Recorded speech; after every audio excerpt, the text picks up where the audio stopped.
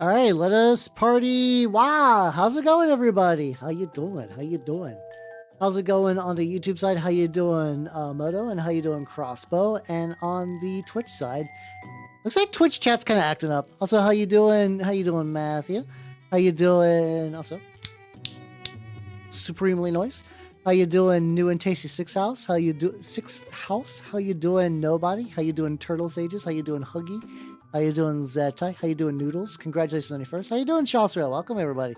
Can you guys chat normally? Like, is this fine? The messages are like weirdly out of order. Let me double check. Let me double check real quick. If this is Twitch acting up, okay, I think we good. I think we Gucci. And how you doing, Jay? How you doing? It's putting all the messages like I'm getting your how you doing, Baconator? I'm getting your redeems before I'm getting everything else. But hey, how's it going, everybody? Okay, we good. Every now and then Twitch will just have like a big fuck up. So I'm like, is today the day? Is it fuck up o'clock? A barbecue. Oh, yeah, that's the one thing I forgot. I forgot to get this. Get the fucking like. There we go. Oh, hold on. Brought the cringe back. There we go. How you nerds doing? I'm doing pretty good. I had a very long day at the guild, but I'm doing pretty all right now. So, back to the mini painting grind. I did actually really enjoy Zine Day, and I would like to zine some more in the future. Like I said, gotta give it a bit though. This boy, this lad, this big chunky fuck is my. I can never like the. It's a like Matagot Hag. I don't know why. For some reason, the spelling on that just makes it bounce entirely out of my brain. It just will never stick. But yeah, I've had this thing basically printed forever, but I needed this chuckle fuck, you know, the big priest writing it, to be done before I could really get it going. So I was like, you know, we'll give this a go. I also still got some of the other Great Hunger, like I got the Butcher Knights and stuff like that. That also need to get done. I'm at that like one of those periods of time where I have like 1.5 million like partially finished projects. And just the day I decide just to be like, all right, it's time and just get them done is the day I'm going to have like 3 different things to turn in. 6 months. Oh yeah, I have to like, listen, my memory's bad to begin with. I imagine you could probably start recycling puns. Like you've done some within like the same week, and that is far too soon. Well, otherwise, you've given some enough time that I'm sure I've picked up on the same puns multiple times, and I've been like, wow, how fresh and original, wow. Yeah, same day. Like there is times where you did a pun at the beginning, and then you're like, pal, before I go, I'm about to drop a real crazy pun on you, and it'd be the pun you mentioned earlier. I'm like, you fuck. I know what you're doing. I know what kind of creature you are. But yeah, speaking about creature though, I'm getting this guy all painted up. But, no, that's fair. Yeah, I like see all the. So I remember. I don't know if this was as common as a thing. Like I remember early on VTubing. There's also Halty Talos. I'll call you Talos. But how you doing? Thank you for the follow. Welcome to the workshop. How you doing? God, speaking of which, it's like I've read so many 40k books, but like there's infinite books to read. But my brain is like, you kind of want to read the Night Lords trilogy again, Hal. You really do. You want to. And that's actually something I think about in general. I do also wonder if a lot of my issues remembering specific things I've seen is I rarely ever go back. Like I remember, like growing up, a big part of that kind of like getting things solidified in my brain was the repetition. Like I know a lot of TRPGs very well because you got to read the book multiple times. But a lot of times, like when I play a game, there's just so many games and just so many shows and whatnot. I'll just give them like one go, and then that's it. And I'll never touch up like it's like I would love to kind of like relearn the Metal Gear Solid franchise again. Like I don't think I'd stream it again. Like it'd still be nice, I think, maybe to play or at least watch my VODs or something like that. I don't know. I still have like kind of a VOD channel left up. I did see a thing recently where some VTuber, like, it's a really smart idea of basically taking unedited stream archives and uploading them as basically unlisted videos. It's just mostly just for like archival purposes. I was like, oh, that's neat. That's kind of a neat thing to do. I still don't know how that like works with like YouTube algorithm stuff, but I don't know. And I'm wanted, dead or alive. That one? I'm on a steel horse I ride. There we go. Like, the older I get, the more that I find that like that's a reasonable song, but there's also like I feel like I feel like as I age, my brain is like, this is the music you're supposed to listen to, Hal. And I'm like, you know what, brain, you're right. You're absolutely right in this instance. Do not change it at all. How you doing, Miko? Welcome, everybody. Welcome. If you all do not know me, I'm Habernut, the Mimico, miniature painting VTuber of the Nerd Golden Skaven variety. What were you working on, nerd? Technically, I'm just starting on my Matagot Hag for Trench Crusade. Specifically, I did a bit of a weird Zenithal coat, but like I don't think any of the green is going to persist. The green is not really the color scheme I'm going for with this guy. But yeah, how you doing? How you doing? Do you not know me? Habernut the Mimic Elf, miniature painting VTuber of the Nerd Golden Skaven variety. This is like Nurgle adjacent. This is Nurgle adjacent enough, you know. That's always that thing too that like I wish Trench Crusade and Mini last forever. You know, I would love if that game lasts like a really long time. But I also know in my heart that like I will say that like having War Machine as my very first war game has definitely like influenced my brain in a while. Like a lot of times, like I'll just see people talk about, they're like, yeah, when I was 7, I was gifted a dwarf codex, and I guess like not Battletome, like whatever the equivalent for Warhammer Fantasy, and it's just like it changed them and it set very specific expectations. But coming from a war game that got really big and then died, it's like, oh no, my brain is wired very differently now. Ooh, yo, let's go. Like, yeah, oh god, Twitch has so many dumb new emotes. I know every now and then I'll be part of like a big like hype train. I'm like, what the fuck is this? What the fuck is this? Like, do people use these? And the answer is actually sometimes. More than I expected. Hard to find a sous chef. I think I have to give you a cringe for that one. I'm sorry, bud. Sorry. But yeah, best of luck on the competition piece, yo. Best of luck on the it's something that I realized that because I definitely kind of like bend towards like getting a bunch of minis for my tabletop stuff. I enjoy my standard, but like I'm not doing like a 10-hour like non-metallic metal piece. And I think people who do are really cool, but I just don't think I could ever do that. I would go crazy if I did that. Yeah. The Fate S games. Hey, yo, let's go. Yeah, okay. I do also play Turnip 28. I play Turnip 28 and Trench Crusader like my two main games. I play 3rd edition 40k every now and then. And I've not got to actually try Silver Bayonet yet. That's not one that's popped up in my shop a huge amount. With this, when a camp counselor told me about tears. Oh yeah, that happens. Yeah, that happens so much. Yeah, a lot of people had very formative years for G-dubs, but like I lived in this small dinky ass town in the middle of nowhere. We didn't really have like, you were lucky if you knew what Dungeons and Dragons was. And I understand that that's a role-playing game and not a TRPG, but I need you to understand that having like the ability, the steady access to the information superhighway along with all of your friends was very rare growing up for me. I was terminally online, but like the people I knew in my local scene was not. And like, I didn't really have the means to do anything about it until I was a grown man. No, oh yeah, that's totally fair. Yeah, like there's a lot of reasons to focus on like the one side between like the hobby and the painting and whatnot. What's this? I do think competition painting's pretty legit, you know? Yeah, I only really knew that 40k was ever really a thing because of TG, because that was just like my place on the internet for many, many years.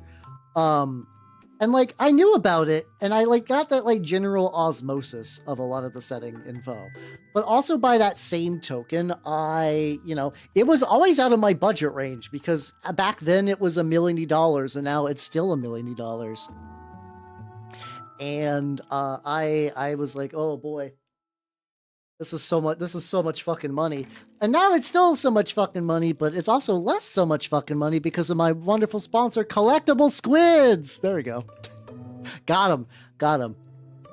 Yeah, I think non-metallic metal is like, it definitely shows it's like, it is a way to show skill and it can look really nice. But I also typically just personally not a big fan of it. I don't know why it never. I also just like true metallics in a certain way. So like, but I also understand that like if you do it right, non-metallic metals look really fucking good. Look really, really fucking good. That's true. Yeah. I mean, that's always the thing with historical players is that you have basically like infinite games forever.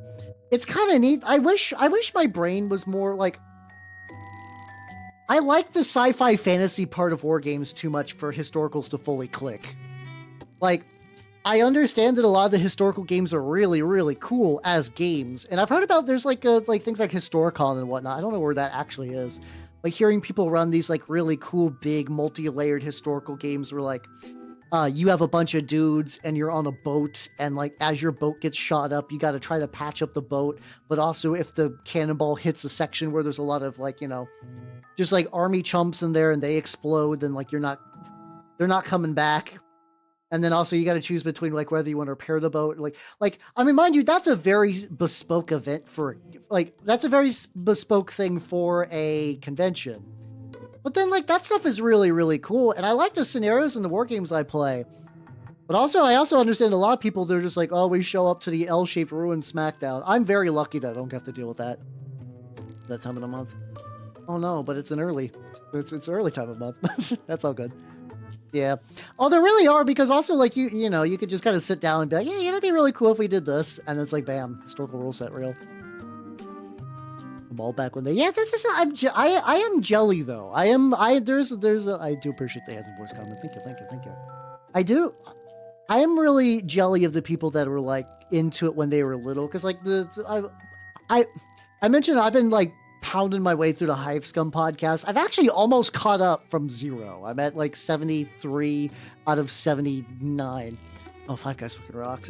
It definitely is expensive these days, but it's super good. I do enjoy me a Five Guys burger. But they would talk about that there would be like a little game store in their town, and they're like, Mommy, I want to go to the game store. Thinking it was like video games, and they would see like Helm's Deep set up, and you'd be like, wow, cool. And then like kind of getting into the game and like not really knowing what's going on, but having a pile of orcs and stuff like that. No, I did not get into wargaming until it was college. In college, I had no money. How you doing, Linguini? How you doing? Clips happen, everyone freaked the fuck out. Oh, that's pretty cool. Yeah, there are like little fun history bits like that I think are neat. Like I'm sure I could probably eventually find a historical game that would vibe for me. I mean, technically I do. It's Saga, but Saga, like I understand his Saga is a historical game. Like you're fighting in a very specific point in real life time with real life peoples. A lot of people use like Vicatrix bag minis, you know, the quality signs. But also in Saga, like the pagan Russ can basically summon lightning bolts. Technically, it's supposed to be like they're like good at knowing when storms are gonna happen or whatever. But it's sometimes you do get like really weird gamey shit, and I like that because I think Saga is really fun to play. But like, I think the barometer of like, is this a historical game? A lot of people would be like, I don't know. Like maybe like I don't know if there's like light and soft or like whatever they call that like version of that. Oh, camera froze. Let me fix that. Here we go. Hang in there, buddy. I think it's because it's just warm in here. I'm in that like weird period between like it is spring and winter, and because of that, like my temperatures get really, really high on there. Oh, hey, let's go. I was doing Anglo-Danes so it was kind of funny because initially I was like, okay, I'm gonna give this a shot. But I don't have anything, so I want to know what I could reasonably bring, and I googled some stuff. So I have a Stark army for the Song of Ice and Fire TRP war game, which is pretty fun, but I've basically painted nothing for it to complete. I painted legitimately one guy because I basically got an entire Stark army for like $100. They're cool because that basically means I got like very big barbarian dudes and like town guards and stuff for till the end of time. And it came with a lot of the Stark special units, but I also got all of the starter ones for the Lannisters. It actually gives me a bunch of shit. So I was like, what are the Starks the most similar to in history? And they're like Anglo-Danes. I was like, sold. I actually do like the Anglo-Dane playstyle where you inflict a lot of fatigue on your opponent, and then during like your big turn, you turn your warlord into fucking just like a absolute fucking blender. and he just gets like a million E armor and will just fuck on everything. I was like, that's fun to play. I did enjoy that. But I've only really gotten to solidly play. There's like a historical store near me that I go to very rarely. It's like terribly out of the way, and like the store I go to a lot, I basically have like two. One of them's like a small indie place, and the other one is like a proper full-fledged game store. This is why the historical place is a third location, and it is in like the shittiest, windiest, out of the way strip mall of all time. Where it's like there are roads that turn left and then immediately turn right, and like it's just really annoying to actually like go there. Which is like if I had more of a drive, and like if my local, like my close group played there, I would definitely go a lot more, but they do not. They go to the other stores, and I was like, okay, this is way more convenient for me. Yeah, oh god, like I'm not like 3 or 4 different levels of tangent deep, so I don't even remember what the original thing was, but like that's fine. But yes, I like war games that are not 40k, because I don't got the bias, but also I assume that like at any given time, I don't know, a tornado could happen and take out the entirety of Factory Fortress games, and then Trench Crusade's dead. But it's also kind of neat because you can just run into people that are just like, we'll just play whatever. And I love that mindset, and I try to live that mindset. Like I'm kind of like, if somebody would just kind of like go to my local place and just do sort of whatever, I'd be like, yeah, we ended up getting an impromptu game of Necropolis 28 last Sunday, just because, I don't know, I mentioned it in a group chat, and then nobody showed up for the big the Trench Crusade stuff.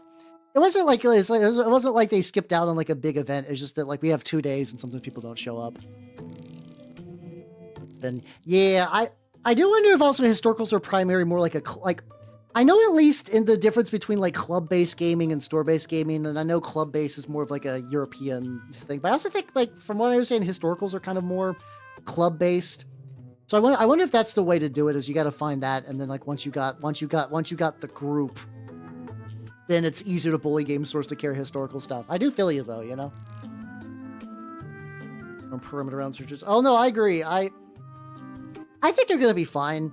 I think people have been gunning for Trench Crusade to explode for so long, just for clickbait reasons, that the fact that they haven't is probably legit. I'm not super worried about the Trench Crusade. I'm not super worried about that. I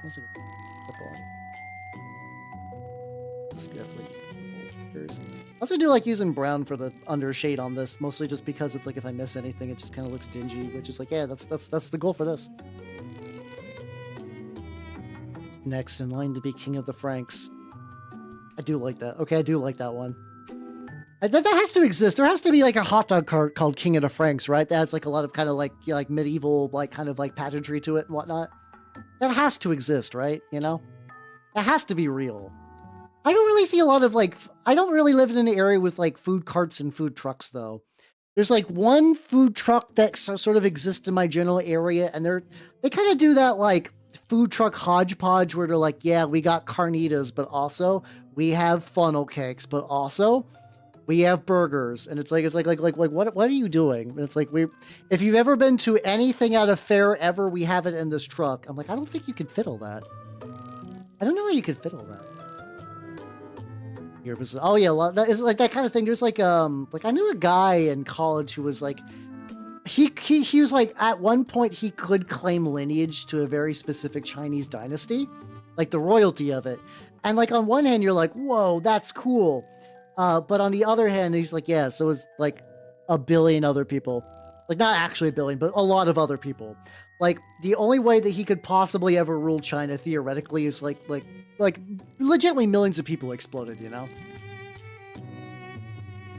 Jump as a Frankish warrior. You should have. There's, you know, you always need an excuse to wear chainmail. It's you need a special occasion. Yeah, I mean that's kind of what you got to do. That's how you doing, ours. How you doing? Welcome. Yeah, I remember because like a lot of my groups, like once again, my biggest wargaming group is because I just like me and Rando in my local game store's Discord just decided to play Turnip one day, and then that just kind of led to a bunch of other people. And I was like, that's pretty cool. Yeah, there's a lot of them. I mean, it's one of those things that like royalty to a certain degree fuck. I don't know what the fuck status of royalty is now these days. Probably not good. But like, I just like so many, because like, wasn't there like, there's like a crazy amount of people related to Genghis Khan, I believe. I know that was like a thing that I kind of heard growing up. Movie turnip for turnip. Also might like, I got invited potentially to a turnip thing that's out of country, and I don't know when that's going to be necessarily, or if I'm going to be able to go to it. But like, that also might be a thing in my future. The route provides. So you also keep like, for context for what this mini is, besides just being a Matagot Hag, this is the ass of a G-dubs, like Lord of Afflictions. We got some bestiarum, little wigglers, and then the guy on top, and the altar, and then these like little stones. This is just a bunch of just like spackle and cork. Do you guys see a really bitchin' tutorial for how to turn cork, like rough cork bark into these hills? You basically like take foam or like aluminum foil, and you just put the hills on there, and you spackle the fuck out of the areas around them. And once you start actually like priming everything, it looks really, really neat. I'm like, ooh, let's go. No, I know, Rackham. Yeah, this is like, that's kind of the thing. A lot of my, like, there's a decent amount of overlay between my turnip stuff and my Trench Crusade stuff.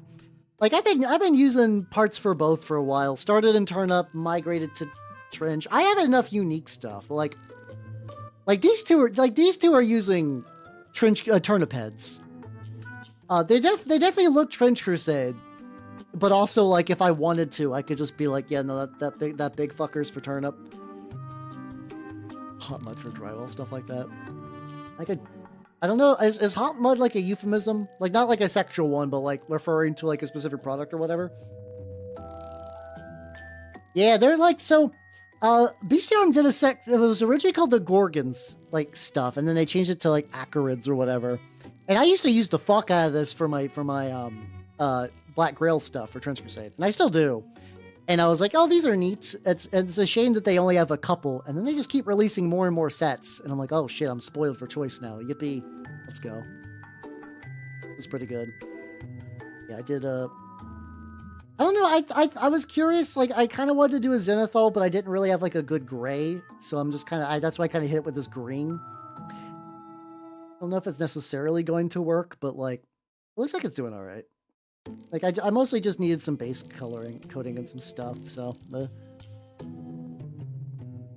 yeah. I'm sure there's gotta be somebody who 3D printed some Skeksis out there. That would be really sick. I've also been looking, because I've been doing because I had a really, really fun game in Necropolis. I was actually just looking through, like, this is the nice thing about getting subscriptions for a lot of 3D printed minis, is I'm just like, how many undead minis do I actually have? And because I'm not really somebody who plays undead factions. I think undead factions are neat, but they tend to be like very like swarmy. And at least for me, I already have too many armies that I'm interested, like, you know, like Skaven and stuff, that are like very horde heavy. I don't want to double dip on hordes. But I do think undead stuff are neat, but it's like this one's like, oh yeah, no, I've had like a bunch of just like random incidental undead STLs and stuff like that. Yeah, they're very different lore, but some of the minis will work, and they had the fact, I really do like the fact that both of them like kitbash pretty heavy. Like that's why like War Machine is kind of back, and besides the fact they took Legion behind the shed, and that makes me big sad. Like I don't think I could ever get back into it, because I don't like the ethos of just like, you know, these are very bespoke game pieces, and like your dudes aren't really super encouraged. But I really love that your dudes are super encouraged for Turnip and Trench Crusade. Like, that's kind of the point, really. Like, I have a couple of the official Trench Crusade minis in my various armies, but like not that many. Not that many, really. You know what we should really do for movie night? Labyrinth and the Dark Crystal. I need to find a good day for those, though, because like, here's the thing. We all here know that Labyrinth and the Dark Crystal are good movies. Like, we know that those are good movies. And part of the fun of the movie nights is potentially finding, like, interesting bad movies. So I need to save those for, like, when we get, like, really blasted by a bunch of, like brain-shatteringly terrible movies. It's like, oh, none of these were any good, you know? Yeah, at least with skeletons do tend to speed paint quick, for sure. Or at least if you're getting like the big old bag of skeletons. I know like if you're getting like I really like the new skeletons that G-Dubs makes as all like the armor and stuff. I really like those. But they are definitely like no longer the like paint them a color, dry brush them another color, wash them a third color, maybe paint some metals before you do that. Bam, skeletal's done. But you could do that with a big bag for sure, you know? Yeah, makeup brush, oil wash if you're into that, oil or enamels. I use enamels a lot, but I think for like that many skeletons, like an oil wash, because you could just make a big old fucking batch of it. Like a big old fucking cluster of oils. And just run it through all of them, kind of make like a brownish, kind of black. Wipe them off every now and then. Yeah, you need so many. Like that's what I'm talking about, where it's like that's too many. That's too many for me to like to feasibly do. In a world where I had infinite time, or like this was like my full-time job or something like that, like maybe a skeleton army would make sense, but that's very unlikely to happen anytime soon, you know? Not really. So it's like Age of Sigmar is basically the same scale as 40k, which is like, you know, 28 millimeter wink, wink, wink, wink, wink, wink, wink, wink, wink, wink, wink, wink, wink, wink, wink, wink, wink, wink. It's 32. It's basically 32 millimeter, but in that way that like Games Workshop doesn't like really acknowledge it super much. I don't know if Games Workshop has ever purposely. They've kind of always done that like heroic 28 millimeter scale as of late. I had a Vulcan, yeah, very, very. No, Wink Wonk is a very different mood, but like but otherwise I agree, yeah. Oh, army size. You don't need like in Age of Sigmar, you don't need a terribly big army, but also I don't know what Age of Sigmar looks like specifically for skeletons. Like I said, if I'm doing anything in Age of Sigmar, it is Skaven or it's Maggotkin, and Maggotkin do not need a lot of army models because Nerdle's strong.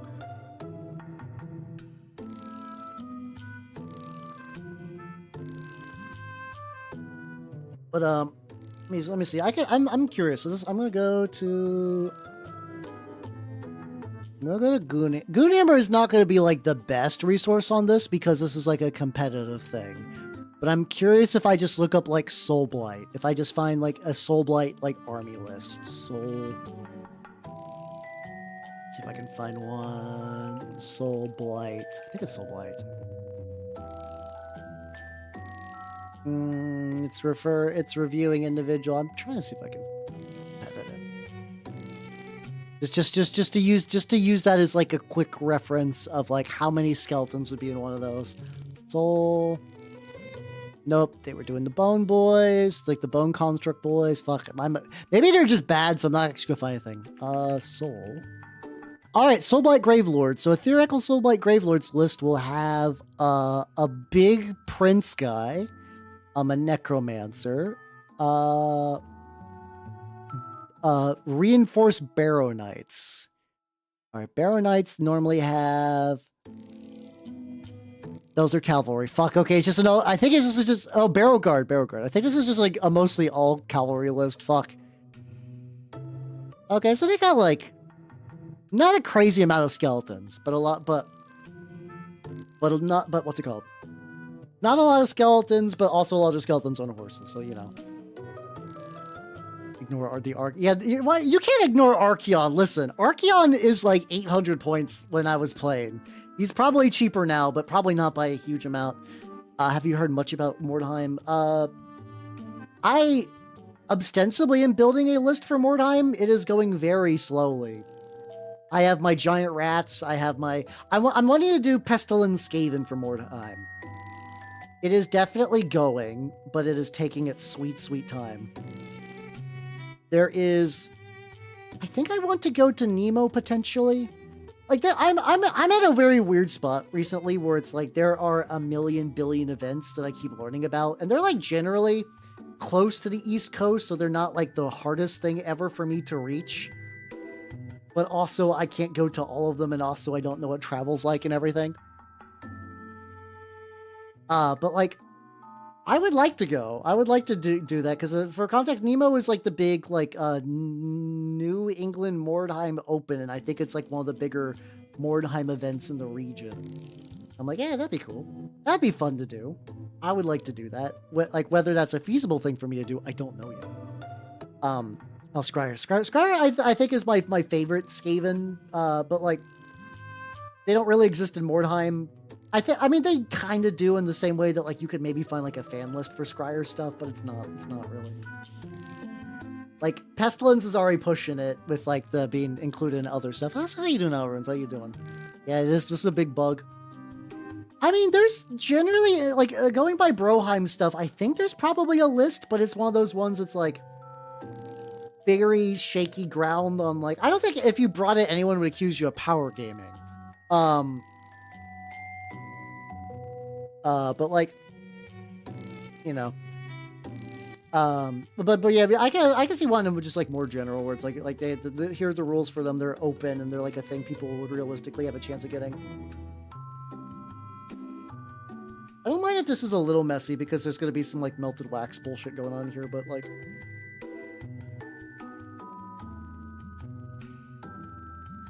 The goals I'm basically going to be using this dirty yellow, and I'm probably going to build it up with the lighter ones with like a dry brush or something like that. We'll see how it goes.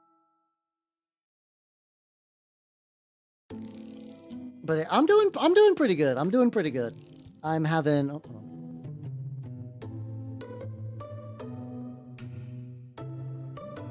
Very similar dark brown green. Let's go. Yeah, I'm gonna be dry brushing these with like with this buff to kind of make like a dirty like white yellow candle.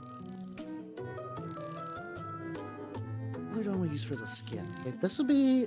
I remember I need to set myself on a brown first. I need to do shard brown for the bones and stuff like that. It's yes. So the normal hag is basically, I forget exactly the lore of them. They kind of like birth zombies. It's another one of those like, this is motherhood but gross kind of monsters. And I don't mind those, honestly. But like for me, I was already doing more of like a bug infestation theme with my stuff. And I'm gonna turn on my heat. I'm actively melting right now. And my camera keeps...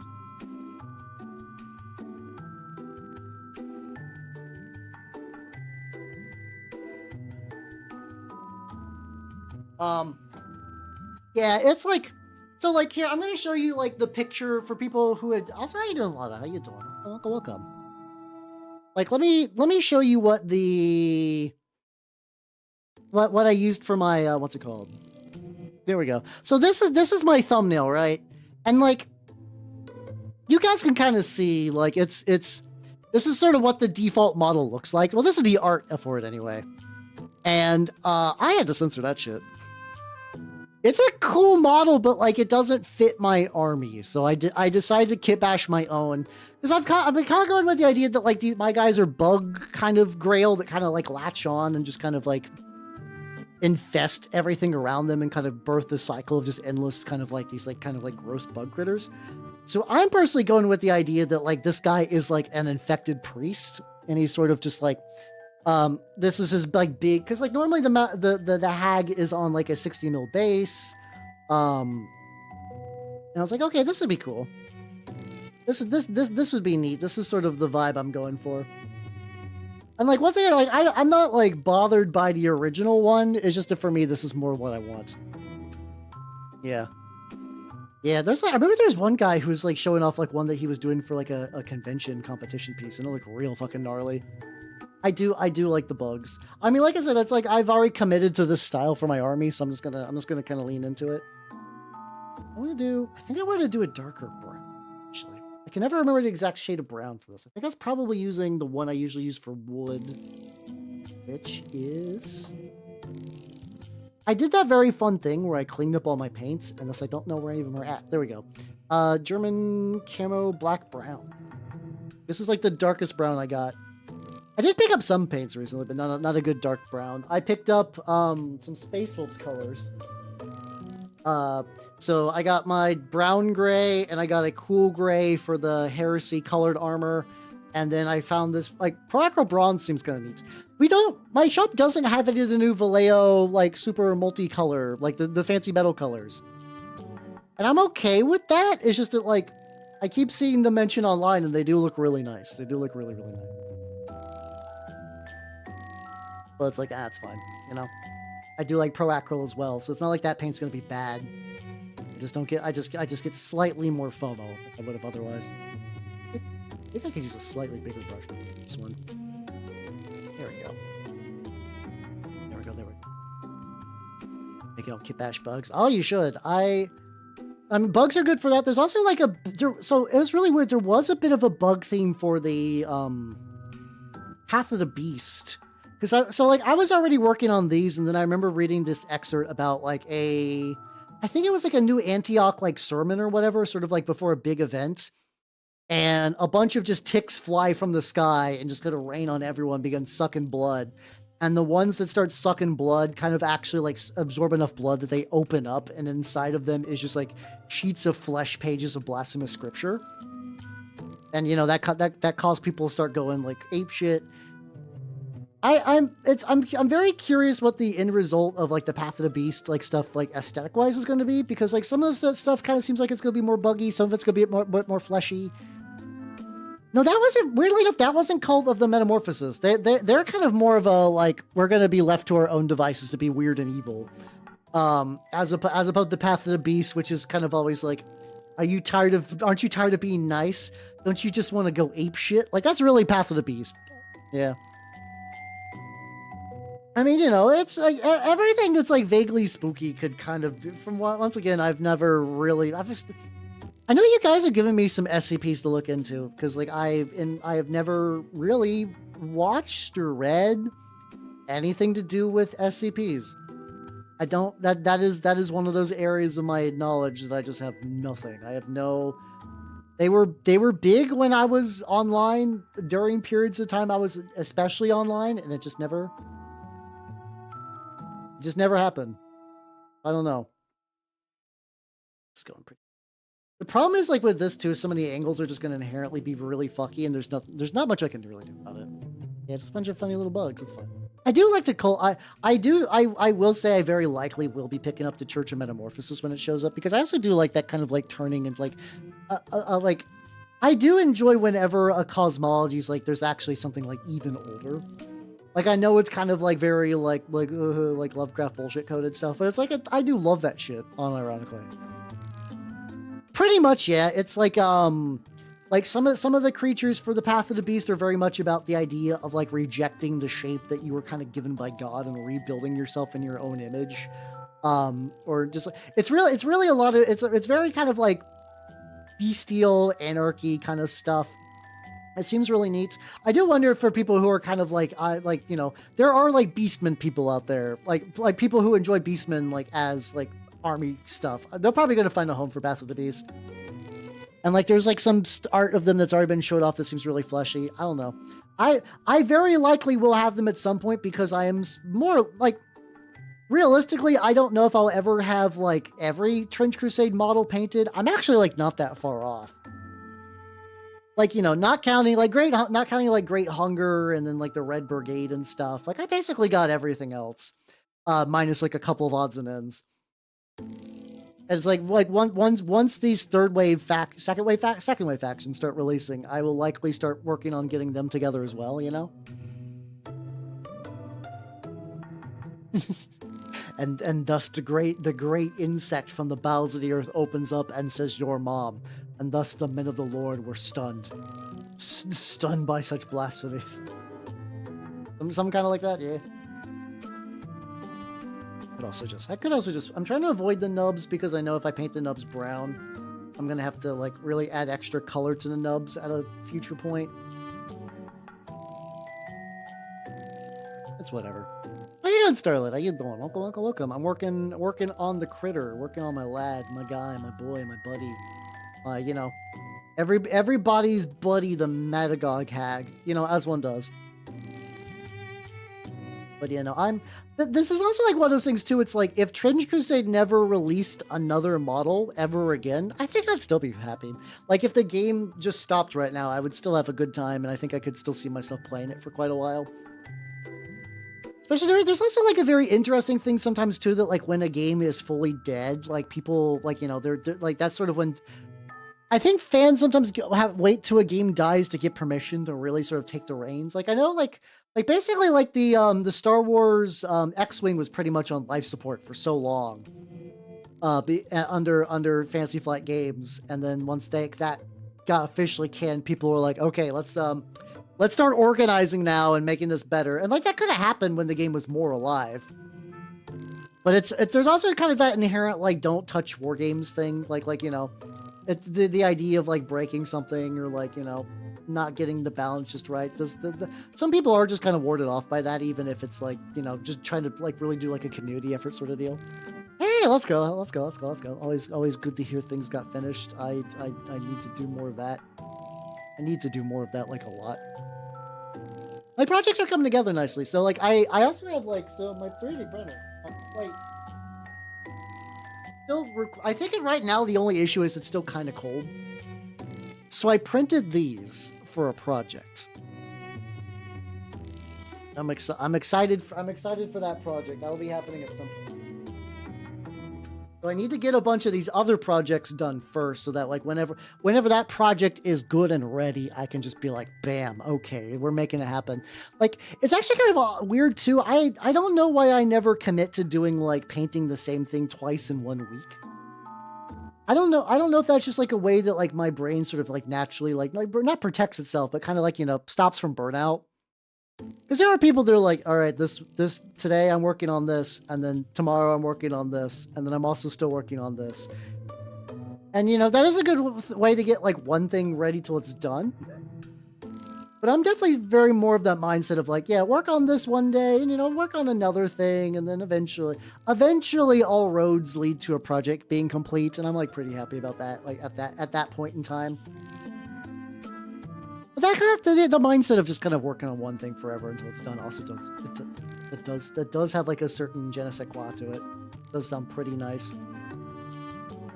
Gotta get this head things now that I got the appropriate dark color on there. It's got like a bunch of teeth, which I'm getting a little bit, but like he's also got like I didn't realize it's really hard to see even if I zoom in. But he's got like a really itty bitty mouth. Like like this guy's entire head is infested except for just like an open mouth and a beard.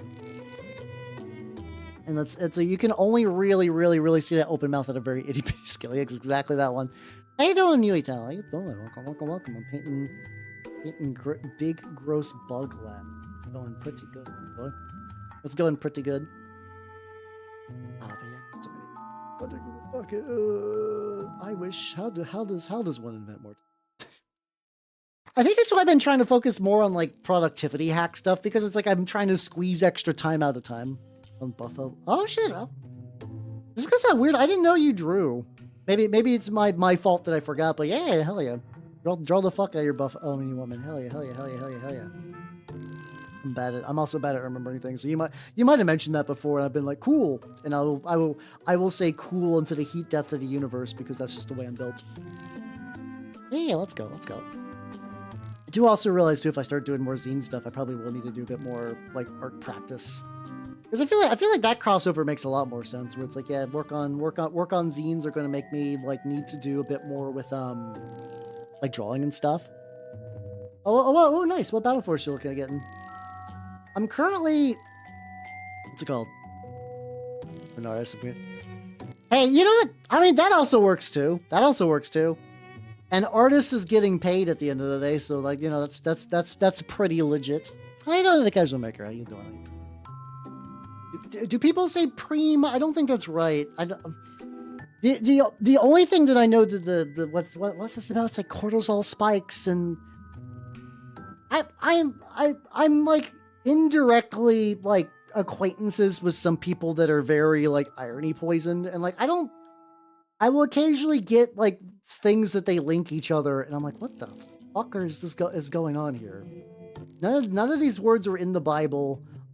Everything sounds like a joke, but I can't tell if this is a joke. Is this a joke? I don't fucking know. You should. My favorite. I just love the confidence if it came to me in a dream. I know I made the fuck up has definitely got a mood, but like, man, the idea of getting into a legitimate argument with something you dreamed about is just kind of like, it's just, there's some just like inherent comedy to that I enjoy greatly. Oh, fuck yeah, let's go. The thousands, I mean, actually, all those Chaos ones look pretty legit. Even as a guy with basically a lot of things in that Death Guard list, I was like, that'd be pretty good. The only thing I'm waiting on right now is I want to get the Maelstrom Raiders battle box, the one with the Reeve Captain and the Legionnaires and the stuff like that. I need that for a project. How you doing, Scrotus? How you doing? I'm basically waiting for Squids to have that on pre-order, and I'll be like, it's Squids, it's time. It's time. It's, once again, it's just so weird that, like, realizing that, like, one of my big projects this year is going to be Space Wolves. Like, man, I was not expecting this to happen at any point in my life where I was like, it'd be a cool army to paint Space Wolves. So to be fair, though, I'm doing 13th Company, which I think are the cool Space Wolves. The idea of Space Wolves just going into the Eye of Terror to look for Russ and to fight Chaos is, like, really, really legit. I think that's a really neat idea. I think the new Majos lady is really cool. I don't know how I feel about the new Skitari. Like the thicker Skitari. I think the thing that fucks with me, I know that helmet's also used with Skitari, but whenever I see that style of helmet, I think Sisters of Battle. So the entire time I see that, I'm like, they're cheating. They're ripping Sisters of Battle off. What the fuck? It's like in the way that, like, if a Sisters of Battle model suddenly had like a beaky helmet, I'd be like, hey, those are for Space Marines. You can't do that. Like, I feel almost like that about like the fucking, I forget what the type of, some sort of salad or whatever, closed visor salad maybe, whatever the armor, the helmet the Sisters of Battle typically wear. That's on the new Skitari.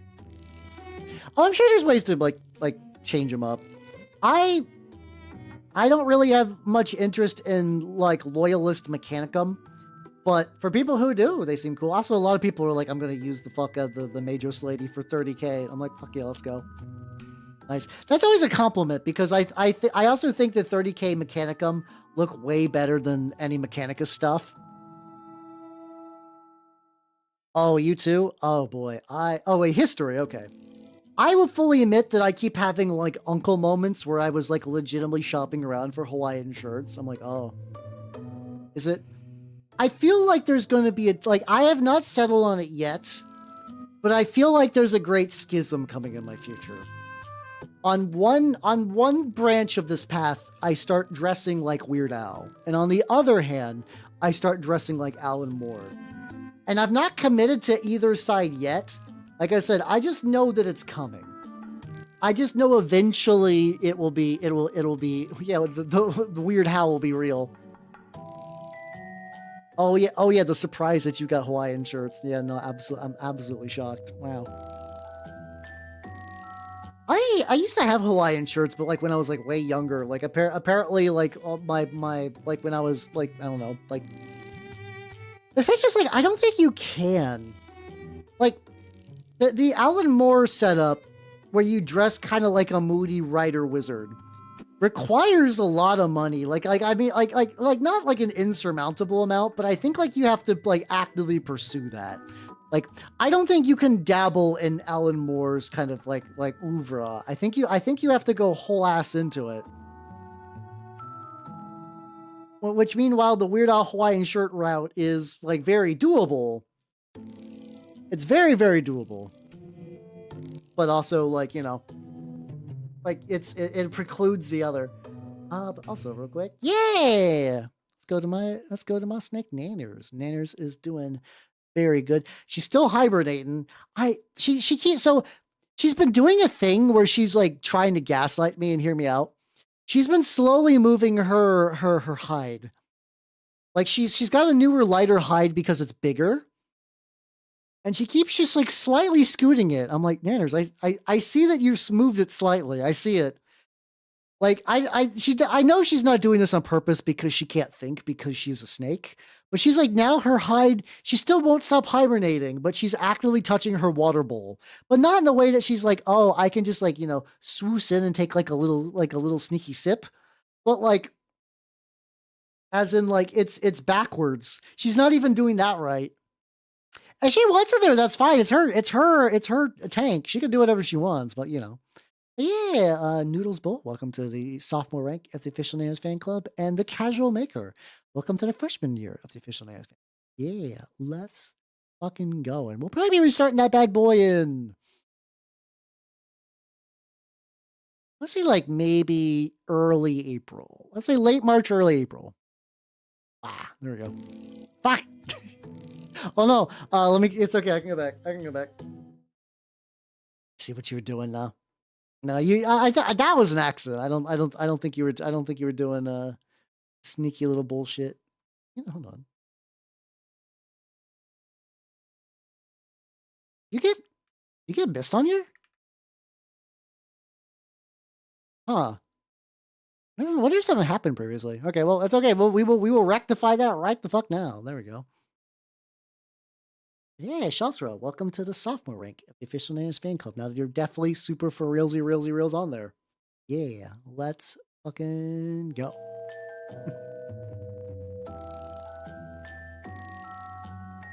Yeah, Jay's very sneaky like that. For sure.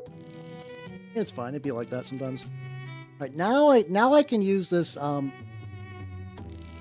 skip a grade. I know.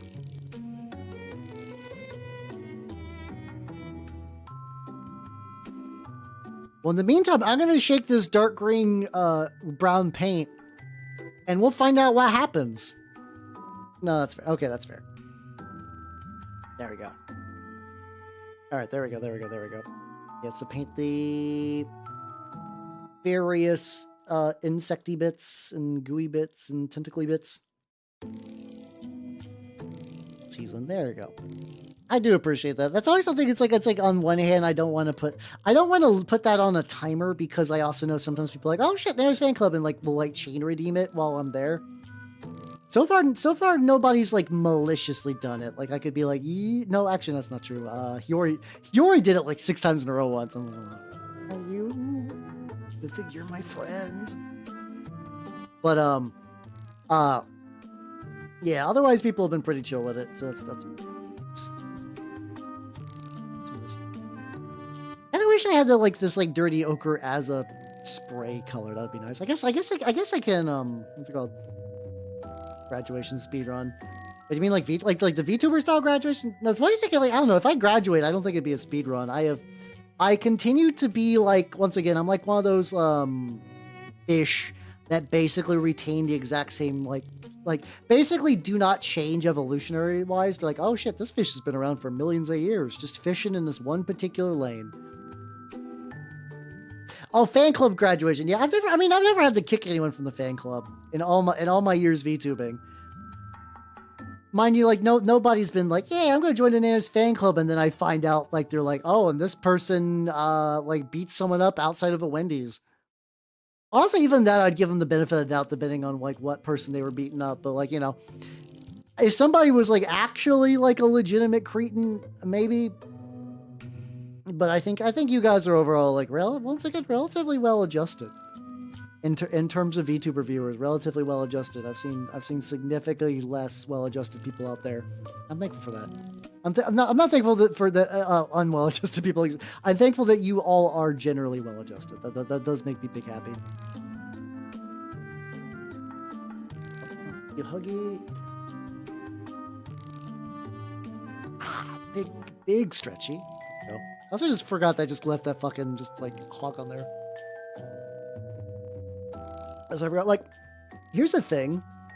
I've not used it in a while, but Go as that like avatar build your custom home thing. Like, it's not even a home. It's like build a really cozy study spot and make it real like yours and aesthetic. I wish I could do that. There's a certain degree like my own sense of personal aesthetics is so warped. Like okay, so this little thing I did was kind of a joke where I made like peak male living spaces kind of deal. Like that was kind of fun. And like I also what are you? Oh, it's the fucking Waka girl. I'm probably also due for another like clean up, but that's fine. Like I have a hard time being like, all right, if I like how would I build my dream work area. Whoa. And like a lot of people like, oh yeah, I have like little like plushies and little copies of manga that I like. And I got like very specific things on my computer up. And like every time I try to do that, I'm just like, man, I would like to live in a room with like a bunch of storage, like a lot of storage, like an obscene amount of storage. And I'm like, man, it's like I left to my own devices, I think I just want to live in a warehouse. I do think about this, or sometimes like I think my ideal home would be like a warehouse, like a big open like one singular room warehouse thing with like a room to stream in, a room to sleep in, and like, you know, maybe like a closed off kitchen. And then everything else would be just kind of like open console. I really just want like a workshop, like a proper like, and like this keeps happening where it's like I'll see like a mini like painting focused YouTuber get one, and I'm like, whoa, these are really cool. And then like they'll eventually do a video called like, I'm getting kicked out of my workshop. I'm like, god damn it. For me, it's like you guys are the fantasy that I'm living through. If my fantasy people, like, no, mind you, they're like, you know, like actually doing shit, and there's like, you know, landlord stuff changes, or like the money kind of runs out, or something will usually happen. It's not like they're like doing this on purpose, but it's just kind of like, man, you know. Like I remember maybe it's changed. I remember like Miscast Trent was like it sounded like he was gonna have to leave his workshop, but that's been like a couple of months. So I don't know if that just got delayed, or like he got enough support to kind of keep that going. But yeah. Yeah, kind of. Just like some sort of like giant studio Airbnb bullshit thing. I don't know exactly the proper term for it. Or like if I lived next to a studio, where it's like I had my studio, but then also I just like went across the street and I had like a little, like, you know, like a cozy little shack. I want like a decent sized kitchen and like, you know, a place to keep my shit in. But like, I think that's the kind of stuff that I still think about for like, oh, actually, you know, it's like a really good example of something that I would like what like the Red Letter Media people got, where it's like, I know that it's like a warehouse set thing that they have, but I kind of really like that, where it's like, yeah, you know, they got like this like big space to kind of fuck around and do shit and film shit and work on. Mind you, they're not really doing like artsy stuff particularly. They're just kind of filming bullshit. Better call me an, oh god. That's like one of those things. It's like, it's like every now and then that kind of like makes sense. I do think there is like a benefit to pooling resources, but it's also tricky because like a lot of times these like streamer houses and stuff do kind of fall apart. And like sometimes that's due to the fact that like I've known people in my life that were like, yo, we are best friends, we're ride or die forever.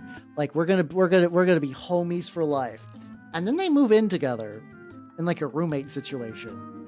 And then they want to murder everyone. And it's like you have to be very careful, because you could generally like really like someone, and then like just living with them is just not tenable. What do you mean there's a VTuber union? That real? Like that sounds bullshit.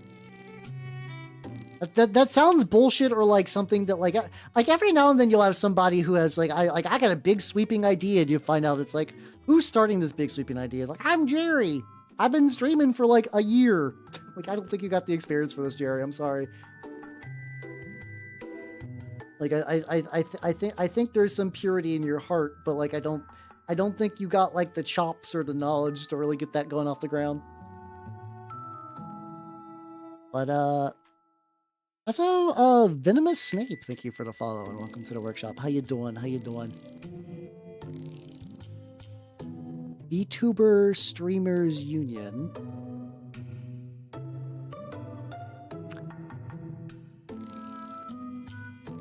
So this is definitely a website. This is definitely a website that's created on a... What the fuck is this? I've never heard of this website. Univer.se. I don't know. This feels very sketchy. This feels very, very sketchy. Roadmap. That's not a roadmap. Okay. Okay, hold on. Like I'm just gonna take a screenshot. Like Like I'm not opposed to unions, and I think they do good things depending on who runs them and how you run them. But like, yeah, you know, you're right. I should give them my social security number. That feels right. But yeah, I'm like seeing this, and it's like, yeah, it's a lot of like big dreamy ideas. A lot of, yeah, there we go. Will be written on a count of 50 members. So they definitely don't got 50 members. This isn't a roadmap though. This is just goals. Like, I'm sorry if like, basically that has the same amount of roadmap as like my New Year's resolutions. That can't be real. It does look really bad. Once again, this feels like it's either a LARP or it's someone who, like, you know, has like really like ideas and stuff, but they don't really understand how execution or really anything works. Or even really website design. The website designer they used to make it is like it's the kind of thing that if somebody who's like, how do I make a website? I don't know, I'll go to John Website Builder, and you're like, I think you're getting your credit card data harvested just by making this website. How you doing, 14? How you doing? But yeah, HobbyCon. I mean, the thing is, those kind of exist, kinda. Like, I know, like, the Hive Scum people are part of, like, they kind of got a thing where it's, like, a friends group that kind of, like, they have, like, their own day jobs and everything, and they live in their own houses, but they do, like, share a rent space, and they kind of, like, trade a lot of tools and ideas and stuff between each other. Like, I think that's, like, a feasible way to make that work, you know? Like, I think that makes sense as a thing. But, like, a lot of these other ideas where it's like, yeah, we have to, like, I don't know. Because I do think about stuff like that. Not necessarily joining, like, a streamer house or anything, but it's like, well, in theory, a lot of ways to sort of, like, build up status from, like, having low resources is to pool resources. So a lot of these ideas kind of conceptually make sense, but they also require a lot of, like, you do need a lot of, like, finesse and people knowledge and kind of, like, you know, like, experience planning things. It's making a group like that is not free, even if there's not, like, a huge money commitment. It does require some degree of just kind of, like, project management. And a lot of VTubers aren't good at project management. I'm not going to act like I'm great at it. Also, Venomous, I don't think I ever gave you a proper howdy. I'm Howard the Mimic Elf, an entertaining VTuber of the Nurgle and Skaven variety. And I'm currently painting a Matagot Hag. We'll just talking about pipe dream bullshit, I guess, is for really lack of a better term. What else? How do I paint rats? I still have the fucking pestilence one just looking at me. Also, fucking this bullshit. So I finally was able to fully remove that piece of shit from my 3D printer, my FDM one. So now I've ordered so there was like a piece of like filament that just got like real fucking lodged up in there. And like apparently it shattered in a bunch of spots. I thought I was what's it called? I was vaguely under the impression that I was like making sure that the filament wasn't getting too stale. Like, I don't have any of those like super cool like dryer things. How you doing, Spotty Shark? How you doing? Like they have those things where it's like you can like basically put filament in and it keeps it like nice and like, you know, dry. I don't have any of those, but I didn't think anything of mine was like too bad. But also, I guess by the time I removed that, it was all the stuff that was removed was pretty old. So I don't know. It was definitely a lot of junk I had to pull out, but I finally got it free. And then maybe I can start FDM printing because before Sunday, I need several regiment trays so I can play OPR regiments. I'm going to play a proper rank and flank game with Warhammer's models. Mind you, it's not like Old World, but like it's a much like I like the ideas of like Old World stuff, but then also like those books are thick. And it's not like I'm opposed to ever learning a thick set of rules.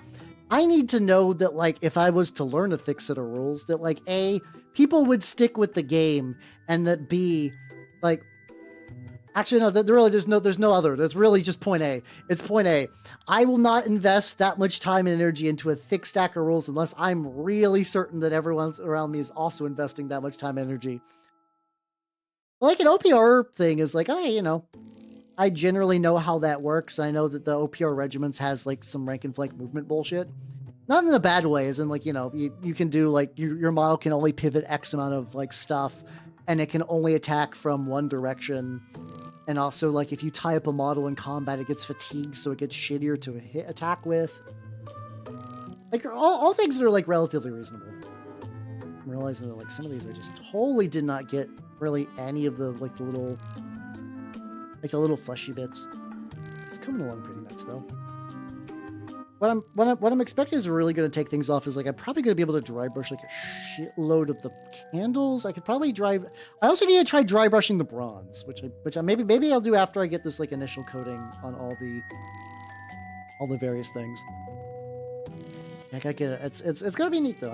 I'm excited. I'm kind of surprised how many new games I'm trying out this year. Like, I forget if I had like any like hobby goal for like types of games being played. I know my bigger goals, I believe, is getting more YouTube stuff made, and I'm working with that. I think if things work well, I should have another YouTube video by maybe late March, early April. I don't know. My first one took so long that like I don't have a good estimate on how much time it takes to make those. It shouldn't take too much time, but I also don't have that as much time as I would like to do things. But yeah, I don't think I originally had super many goals for like what games I'd be playing. I've already been playing Acropolis. I'm going to be playing OPR Regiments. There's this like, I learned about this other game through the Hive Scum people. It's called Camera Froze. How you doing, Fuber? How you doing?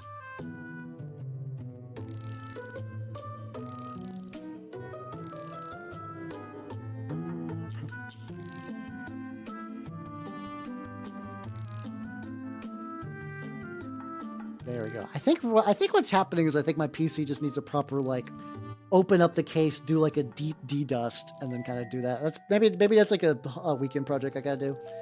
How you doing, Fuber? How you doing? But yeah, also but before that kind of blanked out. There's a game called like Wanted 10,000 credit reward or something to that degree.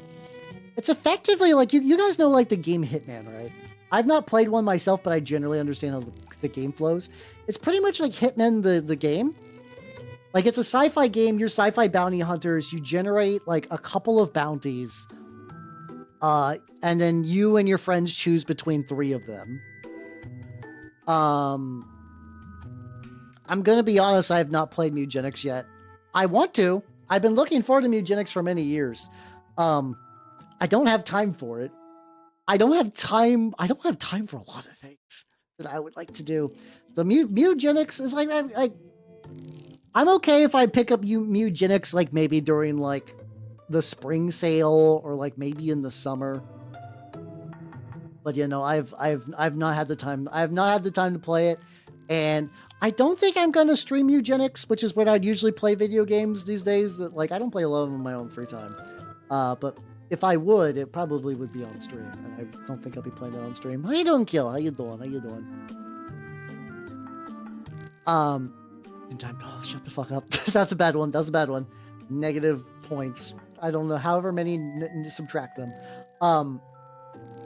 But yeah, it's like a really cool. You basically like generate a bounty. You take your kind of like bounty hunter guys. It's like what? It's kind of like the original Rogue Trader as well too. Where it's like that was kind of a stripe for war games for a while, where the idea would be like, okay, this game is not a 2-person game. There's like one player, another player, and then a GM. And that like Wanted Rewards kind of like that, where you got the GM who like operates like the bounty and like the civilians and stuff like that, and then like the rival teams sort of deal with everything else. How you doing, Majide? How you doing? Yeah, this is I'm doing pretty good. Talking about how I have like 0 time to play Mutagenics, and I'm okay with that. I got like I said, I got other stuff on my docket. This is gonna be Matagot Hag. There we go. A Matagot Hag for Trench Crusade. And it is coming around pretty good. That's amazing. Oh, what you working on? What you working on? Also, Lackadaisical Owl, thank you for the follow and welcome to the workshop. How you doing? How you doing?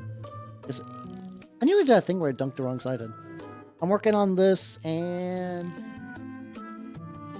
so maybe I might take a small break to work on some of the Butcher. The Butcher Knights are really close. But the Butcher, like, these guys are really, really close, but I also need just to do, I I pretty much just need to do glazing flesh, and I like glazing and I like flesh, but I do know that that is just like nothing but taking forever. So I might hold off on that like a wee bit. So far this is turning out pretty legit. Yeah, also let me real quick try it. Let me do it like let me do a metallic dry brush because I know I want to do that. But so when you say 3 months, like do you have a spreadsheet? Like I was joking about earlier, like do you actually have a spreadsheet of puns? Models on the plate, paint time. Hell yeah, let's go. That sounds pretty good. I'm still I came home and like one of my like minis from my printer had like fallen into I don't know if it's fallen into the resin vat or if like it just like was printing and got stuck and ripped off the resin vat. Holy shit, that's a lot of puns. Yeah. I know like wet blending kind of makes more sense. And I should get better at it. But I really like glazing. I also like to do glazing post. This is going to sound really backwards. I like to do glazing post enamel wash. Right? Basically, we'll do like an enamel wash to get like a really, really good kind of like all full model shading. Just kind of like even out the look on everything. And then I'll go back where it's like, oh yeah, like this guy. I was like, okay. I was beginning to kind of glaze back a little bit of pale skin on top of like the flesh areas. I was like, ooh, that's cool. I like that. Is it inefficient? Yeah, very much so, but it's pretty nice. No, that's a mood. My memory is also bad. So I feel like I feel like I should journal and like write a lot more stuff down, you know? It's made of antimatter. Oh, that one's fun. This is dry brushing warp block, basically rough iron with the proacryl bronze. Okay, it's like a little bit brighter. It's brighter enough. Right now the journal I think would be more for just remembering things in my own life, but that's not a bad idea either. The thing is, I actually have some ideas for a journal for like zine stuff where it's like I want to do like that solo like warlord narrative thing for like chaos stuff. I think that would be a good zine idea. I think doing a turn-up scenario as a zine would be kind of fun. I basically want to redo the Beast of Bedlam because I think that conceptually is a fun idea where it's like you're fighting your opponent and there's also like a big fuck off monster in the middle. But the way the current scenario is written out, every time I've seen that run, the monster gets chased into somebody who didn't position correctly, and then they just get wailed on forever. And it's like not super fun that way, if I'm going to be honest. Yeah, the closest thing I got to that experience, which is something I think I would like, is no, it's like a streaming thing for me. So I gotta try dry brushing the buff on the candles to see how it looks. Where it's like I'll like check out like an old stream. It's weird though. Like I've not really gone back to any of my solo streams. I've gone back to collab ones. Like there's one that I did with Geop ages ago during like one of his like Zillow. I mean they can be from what I understand. I mean I'm sure I know everyone journals for different reasons. But I think it's also like, you know, some people, a journal is like a little time capsule where they just sort of like write what they were doing that day. And, you know, like if you're feeling bad, maybe you'll go back and like look up a day where you was nice, or you're like, man, like how did I get past this? And you kind of look at like a similar situation. I think it'd be cool especially if you got one going enough, it was like, this is my journal for this year. This is my journal the same day of 1 year in the past, 5 years in the past, and 10 years in the past. It would require a lot of planning to get to that idea, but I think that's like a really cool idea. I think something like that has like a very like conceptually neat kind of idea behind it. Electro Priest proxies. Hey, let's go. Yeah, Electro Priests are conceptually cool, but I could definitely see looking for some proxies though. Those models are kind of rough. Not in the way that like I'd be like totally upset if I was ever needed to paint some, but I could see looking for proxies. But yeah, I think it could be neat to look at old to look at old journal entries for stuff. I've never really done proper journaling. I did buy like a little journal thing, not like a really super fancy one. I did find that there's like a whole world of really fancy journals out there, and journal people and like top 10 journal habits and stuff like that. That like really get deep in the weeds. But oh, what's it called? Oh, let's say forget. Hey, oh fuck yeah, let's go. But it's like I was starting to write down like a physical to-do list idea, like kind of like a checklist of things I've done. I think I finally found a thing that works for me for that, which is a website called TickTick, which is just like a very nice sort of like checklist Pomodoro timer, kind of one of those shindigs. I've tried like I've tried Obsidian and I've tried Notion, and I think both those like. So as somebody with bad memory, I really like that like second brain concept. Basically the idea that like the mind is a fallible thing and lives just requires so much information these days that having like a way to sort of like organize it and process it is really handy. Notion I think is also kind of more of a collab tool sort of dealio, but like it's very similar. Where it's like you can customize the fuck out of those. I really like the idea of like, yes, like a dedicated section for like VTubing notes and stuff I've done. How you doing, Sola? How you doing? I am. Yeah, this is a rat. You like squint really hard, like ludicrously hard. But like at least for me, Obsidian got too complex. Like both of them are one of those things. How you doing, Roku? Welcome everybody. Welcome. If you do not know me, I'm Halbernut the Mimico, miniature painting VTuber of the Nurgle and Skaven variety. Today is Nurgle adjacent. I'm working on some Black Grail for Trench Crusade. Pretty well. How you doing? Currently drying brushing. Also, how you doing, Koku? How you doing? Welcome. Drying brushing some candles before I go back and work on like most of really everything else on here. This and also Koku Duende, thank you for the follow. Welcome to the workshop. Yeah, this is just like a big bulbous rat, you know, as one do. I'm getting on the tops and whatnot as well. But yeah, hopefully your model went well. We're talking about like second mind, basically those kind of like using like Notion or Obsidian or whatever to kind of like keep track of all the shit in your brain. It's like, once again, as somebody with bad memory, the idea of like that is like, oh, that's really cool. But then those become like there are people who make entire YouTube channels where their entire thing is just like Notion tips. And I get really lost in the sauce on those sometimes. Like those kind of things where it's just like a very put together pregnant woman who's like my entire thing is organizing my entire life into this Notion. This seems pretty good. Here we go. And I'm like, all right, pregnant woman, give me the secret of life. Let me know how did you get your shit together to have a baby? Let's find this out. And usually the end result is just like, buy my template. I'm like, motherfucker. And I know that's always the end of those videos. Lay in the dark, smoke one. Hey, let's go. Conceptually, I like the idea of a brain implant, but like the way that society is moving, I don't really trust anybody to like put anything like chip-wise into any of my noodles, you know? And like Obsidian also gets really crazy too, because Obsidian is like so basically, for context, Notion is, they're both kind of similar-ish. Notion's more of a collab tool, and also it's, like, more online. But a lot of the features are kind of paid or require, like, templates to really make good. Also, they've been doing a lot more AI integration stuff, which is kind of like, And Obsidian is, like, really open source, and your data is your data.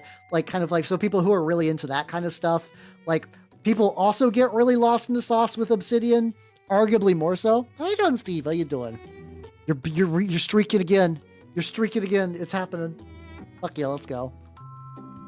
So like, I don't know. Like I tried Obsidian first and it got too unwieldy for me to reasonably use. And then I tried Notion and then it was fine, but also it eventually becomes too unwieldy. And then I'm trying TickTick, and TickTick right now is just like, this is a checklist.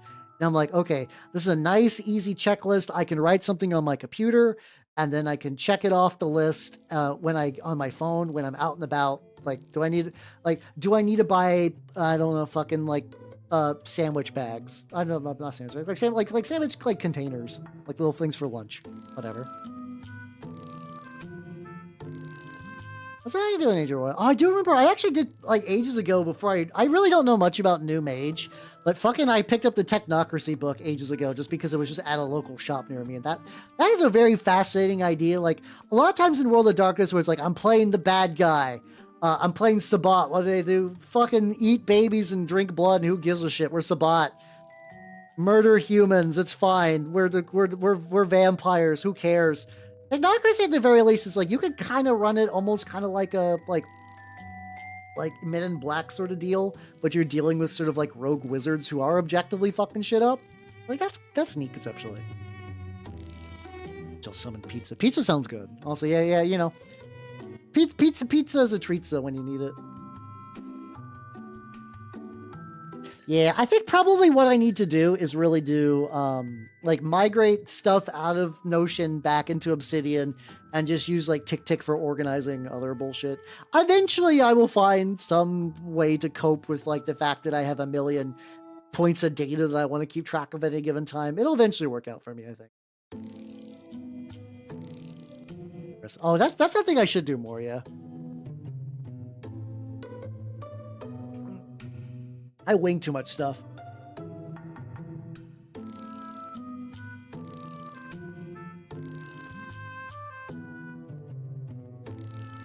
I'm going with the idea that like the priest on the top is the actual hag, quote unquote hag, and that the spider is primarily there to like be like a mobile altar. So pretty much this guy crawls around the battlefield. It's like God is fake. You're all going to die. You can only find salvation in the Grail, and then like a horde of zombies chase behind them.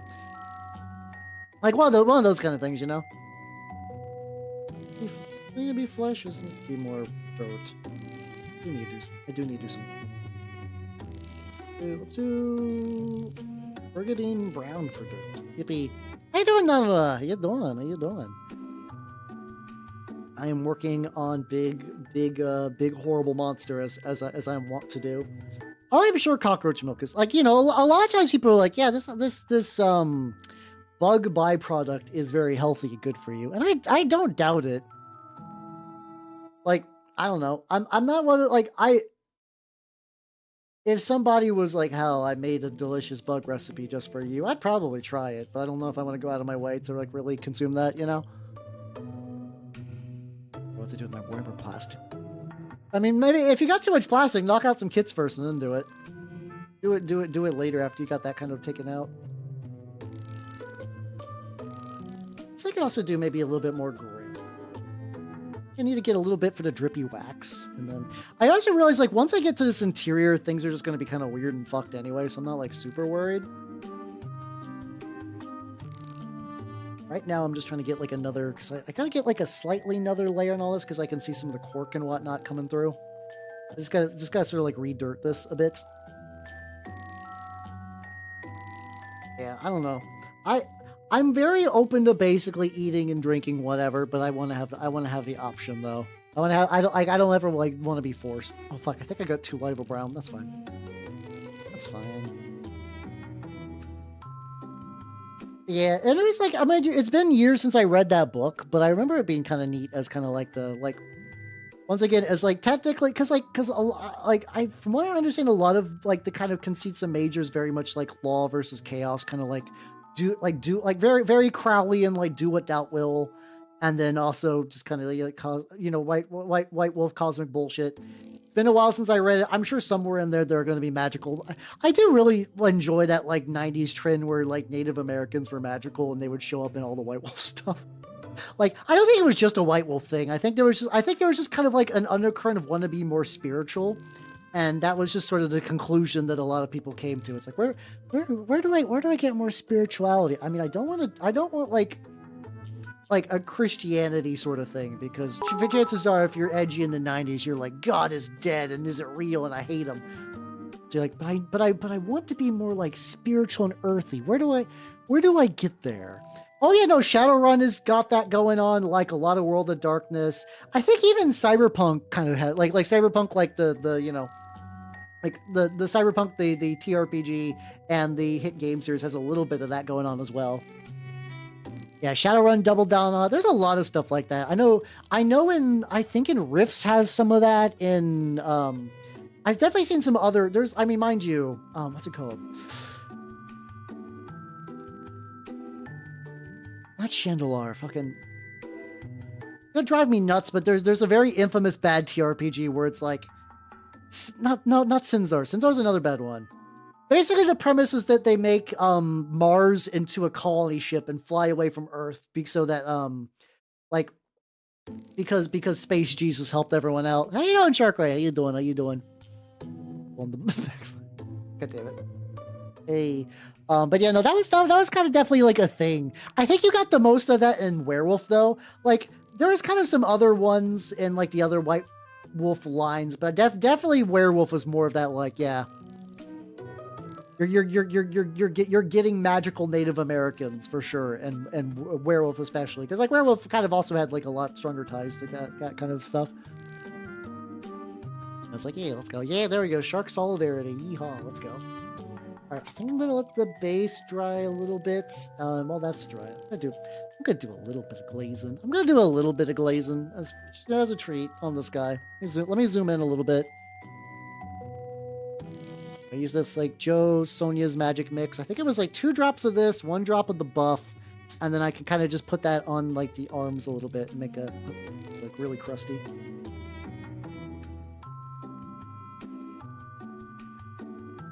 There we go. There we go. Let me get that little bit and then drop. There we go. But yeah.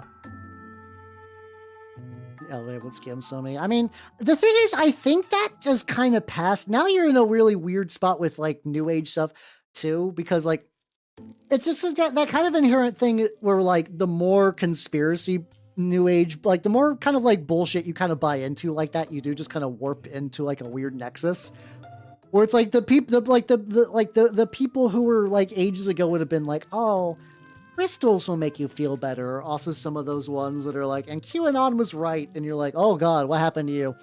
And it's more just like that whole kind of thing blended together. I don't think you see as many like kooky new age people these days as you used to. I feel like it used to be way more common, but now it's just kind of like all kind of one mush and it makes me sad.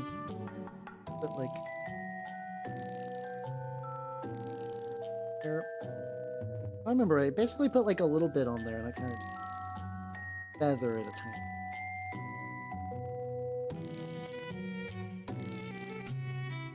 Because like if anything else, I definitely need to get these 2 chuckle fucks done.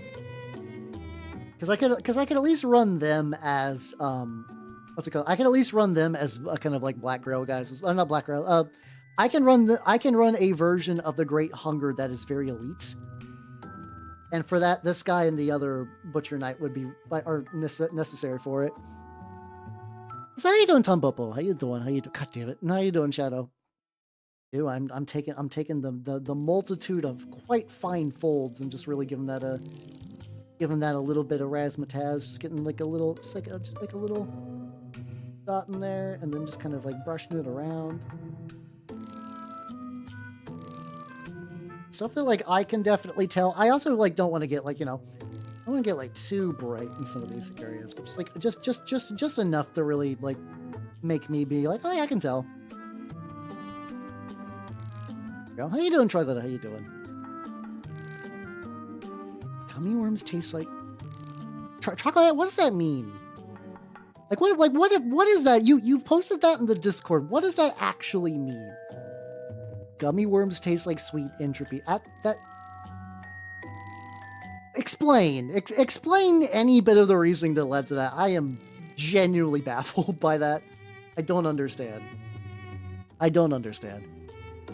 Oh, hey, let's go. Will Smiths do be cool. Hell yeah. That hell yeah was not intentional. Chemicals. Everything's chemicals. That doesn't mean anything.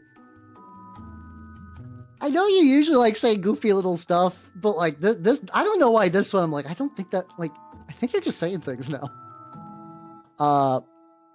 But how you doing, son? How you doing? That game. Yeah, you should. I mean, last I remember Age of Sigmar was pretty fun. It was pretty fun. I don't know what 10th edition, what 4th edition's like though. I will say I don't know what 4th edition is like off the top of my head. I imagine it's like pretty, I don't know, reasonably solid. That's always kind of been like the joke secret that like really out of the between 40K and Age of Sigmar, that like the Age of Sigmar has always sort of been like the better game. Mind you, it's sometimes for 40K the bar is not particularly high on that. You know, since it's my favorite hobby. No, things need to make sense or else we lose everything. It's probably just the way my brain works. Little foldy bits. Some of these I might be getting a little too thick. You guys gotta see what I'm going for. I'm basically just trying to go in and just add like a little bit of extra color. I guess color's a bit of a stretch. I'm just trying to add like, you know, a little bit extra skin tone, I guess.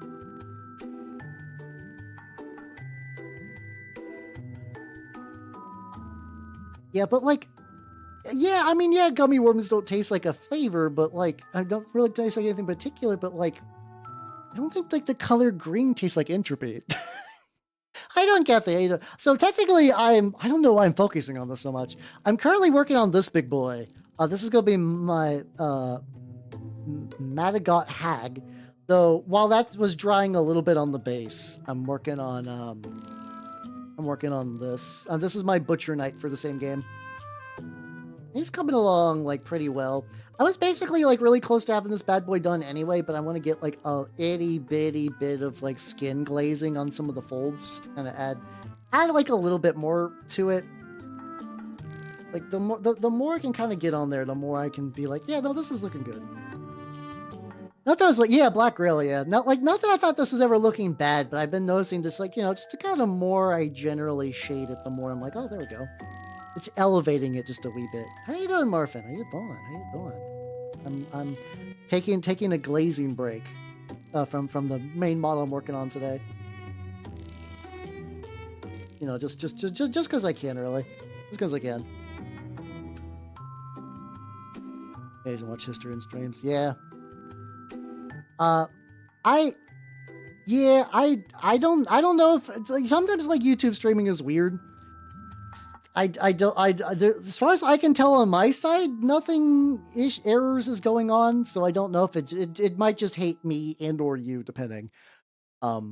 Black Rail Slot Mexican. I guess you're not wrong. I mean, I also do love just like painting horrible, diseased fat fucks, and you know, Nurgle and Grail really get me there.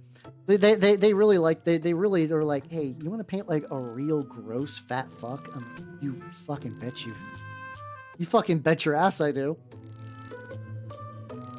And then they supply me with little fat fucks. How you doing, Charlie? No, that's true. Things would have changed a long time ago. This is a new development. How you doing? I'm adding a couple little highlighty bits to the skin. Nothing crazy, just like little bits.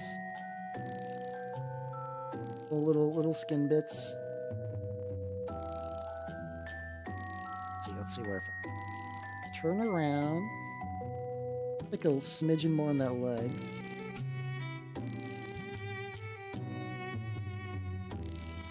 A little bit more. Get a little bit more on there. Good. So I don't think I'm gonna go like super in depth on. Oh, one thing I need. So he's got a nipple. Nice job, always. Oh, best of luck on that. I know the job market's in a real weird spot right now, so I hope you can get in. Maybe what I need to do for the nipple. I got a little bit of purple. I took like an itty bitty bit of. No, he's okay. I can't do purple. Oh, you know what I do. I got no two pink would distract it. I do have a very light purple. I have a purple from Pro Acryl. Maybe if I do like a tiny drop of that, I'm gonna need some of this later anyway, so this would actually be like pretty beneficial.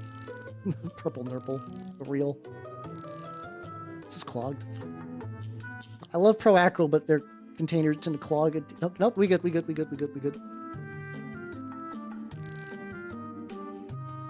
Take the nipple. As you know, things to say when you're being a totally normal person. Like really me test this.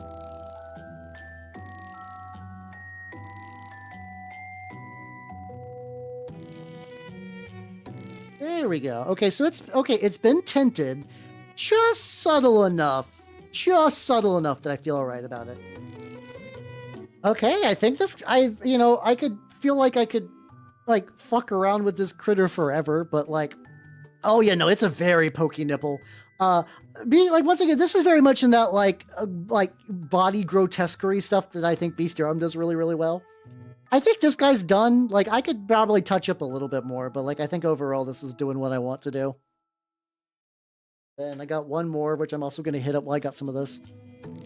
This guy's got a lot less of these kind of, like, open spots, so I don't think this is going to be as, like, nearly as exhaustive as, like, the other guy. Let's get, like, a little bit on there. Just basically just finding these, like, really raised areas and just give them, like, a quick little poke. Like, this kind of glazing I don't think takes too much, where it's, like, add a little bit of this and just kind of... Basically, this is almost like doing it kind of like heavy body acrylic style, which I think I do want to try looking into. I think I would genuinely really like heavy body acrylics. Like, oh, fuck yeah, let's go. What was the mini you worked on? As if God paid out himself. Oh, no. Take the nipple and firmly grasp it.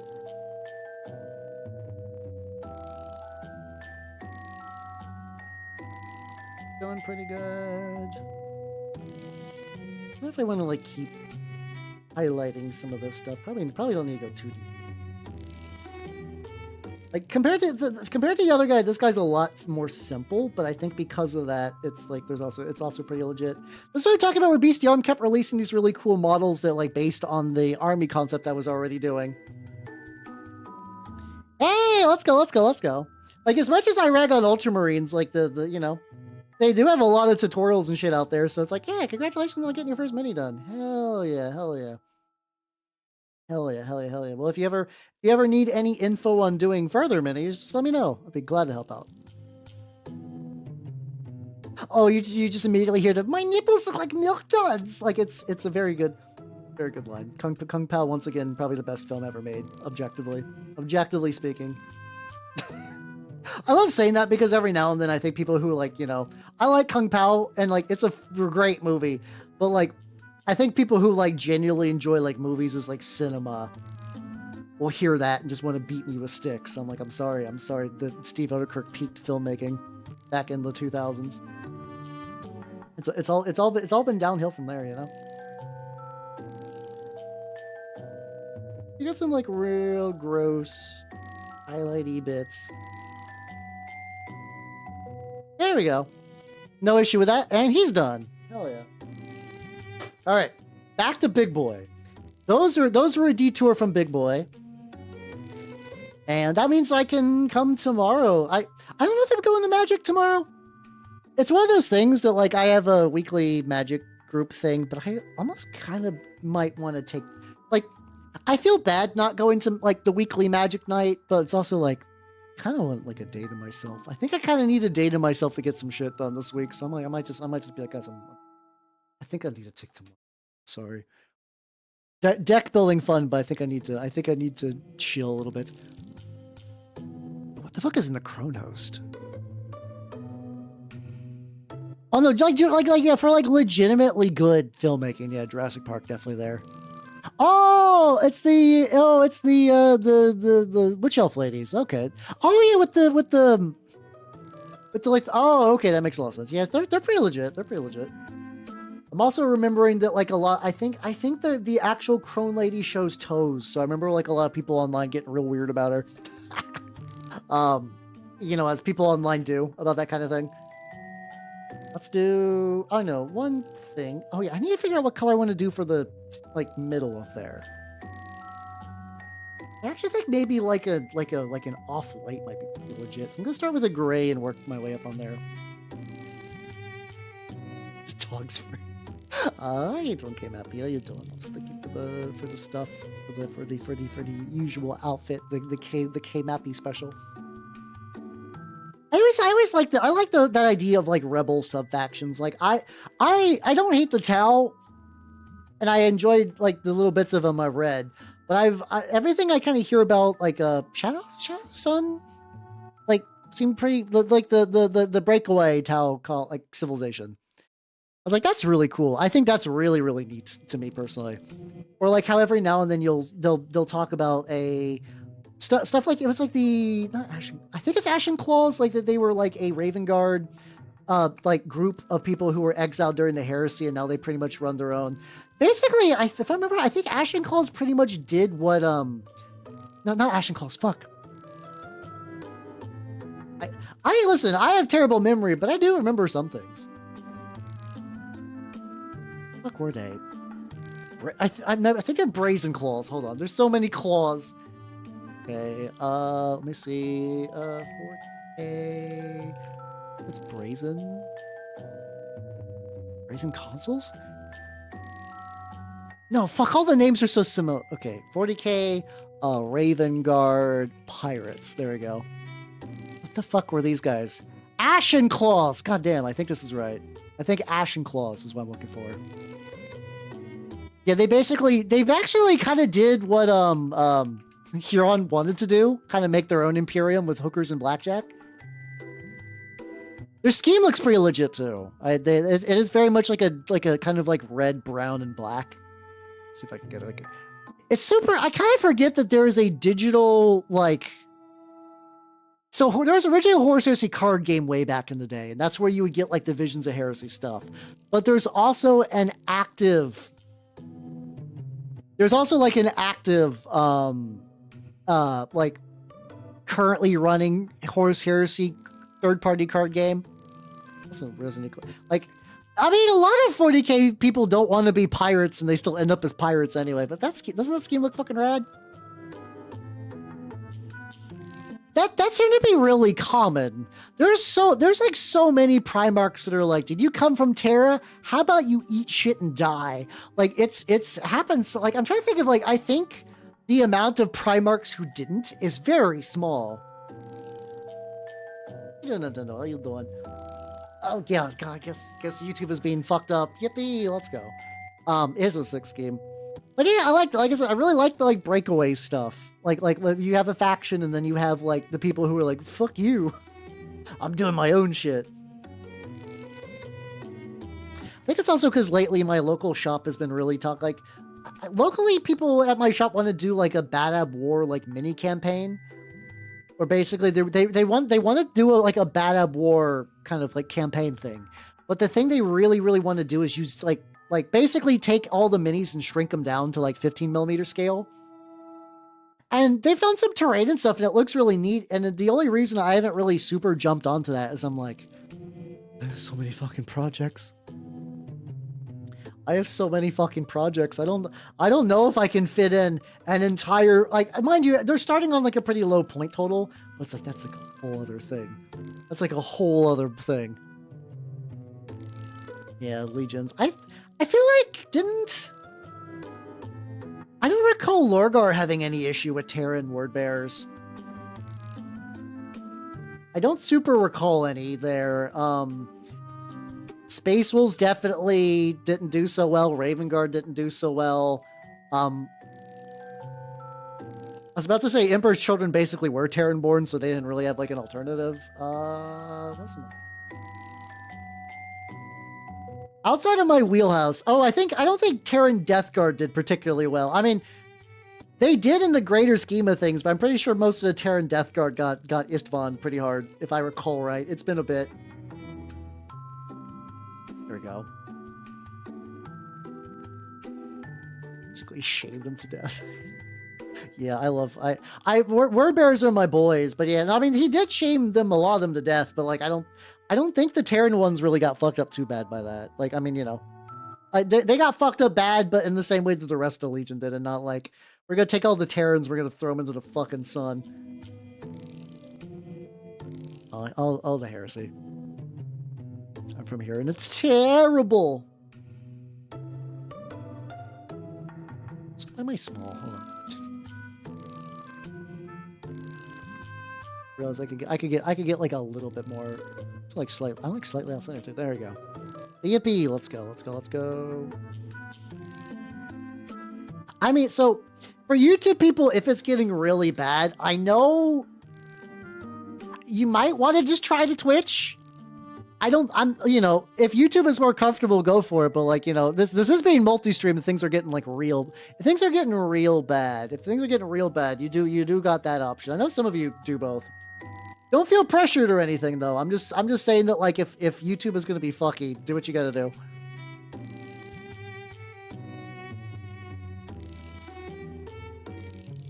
And yeah, I still haven't. Like I was reading Galaxy in Flames and I have like entirely stalled out on it. I need to get back into it. Mostly just to kind of get it done. Like, is YouTube totally down? Oh shit, okay. Oh, I guess YouTube is totally down then. But there's like, so the YouTube chatters are still here, they're just suffering. Huh. Weird. I guess I am entertainment for YouTube peeps. I'm sorry. I'm sorry I'm your only option, but you're stuck with me now. Huh. Weird. Okay. If we leave, we may never return. Well, do not leave. Stay by my guiding light of painting this fucking weirdo. I like this fucking weirdo a lot, actually. Gotta get your staff. I gotta get a lot of things with this fucking. It's coming together pretty well though. I'm pretty happy with results. Also, for some reason, I thought it would be better to like use some just like regular glue here. And like, I'm going to eventually slime a lot of this. I'm not super worried about this. It's just kind of funny how it's like dried. Like I put this on a couple days ago, but it's still got that like little tinge to it. What do you do? Yeah, I feel like I need to do the, I feel like I need to do these little bits first. And then I can maybe go back and do like the fleshier bits. Warm, yes, my, you know, like, I am nothing but warm and nurturing.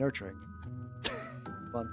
I still love one of my favorite things about VTubing is when I pop out the mimic modo, and just like randos are like, what the fuck is that? It's like, it's how I keep people on their toes. It's good. It's good that way, you know? I mean, you have a couple of options though. Here's the thing. Like, you know, you got other models in that kit that you could work on first to like really develop like what you think is going to be like your style for that.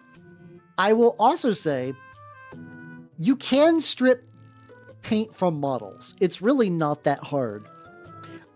There's two ways that I typically do it. And sometimes I find that certain paints react better to certain, certain paints will react better to, different stripping methods than others. It's just kind of arbitrary. Your two options that are going to be valuable for you are isopropyl alcohol is probably going to be the easiest to get a hold of. You can just get that like at the store, like 100%. The other option would be to use I use LA's Totally Awesome, and then like there's a bunch of other similar clingers. I used to use Purple Power. Some people swear by Simple Green, but in my entire time of being a mini painter since 2011, I've not gotten... Simple Green used to be yeah, do you need a paint strip? Simple Green bath. But like, I don't know if it's ever been like, if like the formula is just different in like the UK or something like that. Because at least in America, it's always been shit. For like, you know, it's good for cleaning like a house, but I've never got the strip paint, you know? Like a small little bottle, just like, you know, just like a little perfume bottle. That way, if like someone catches you, you can be like, yeah, just spritz it up. Just, you know, just feeling the burn. But yeah, I will say if I can tell Cathay, if I can like really instill any thought into your brain, is that like you can strip paint. It's paint really weird. You can strip paint pretty easy. And that will kind of reduce a lot of the pressure, you know? Yeah. I mean, a lot of times too, also, it's just really easy to overthink. And like, you know, that's true of basically everything in life. But like, you know, definitely like, you know, I wouldn't stress it too much. Give it a go. If you do a bad job, you can always reset. And like, this is a lifelong process. So like, you know, if the more you do it, the better you get. And that's really about the only way to improve. I believe in all you nerds. I believe in all you nerds, you know. Sub-assemblies are pretty handy, though. Like, basically, you just want to do a sub-assembly anytime, like, there's a hard-to-reach spot, where if it's like, her cloak, and then her wings, and her wings cover a bit of the cloak, that, like, you could get a brush in there, but it's gonna be hard. Yeah, that's definitely a good spot to, that's definitely a good spot to kind of do some stuff, to do some sub-assemblies. That's also, like, a pretty advanced lesson. Not that you shouldn't know it at this stage, it's more that, like, the fact that you know what sub-assemblies are means you're probably gonna be more fine than you're expecting. For sure. Yeah. Generally, in my opinion, for sub-assemblies, you're just going to want to find whatever makes it easiest to paint for you. So, like, yeah, sometimes too many sub-assemblies is overkill, but, like, you know, if you think doing a couple, like, if you think splitting it up that way would work, go for it.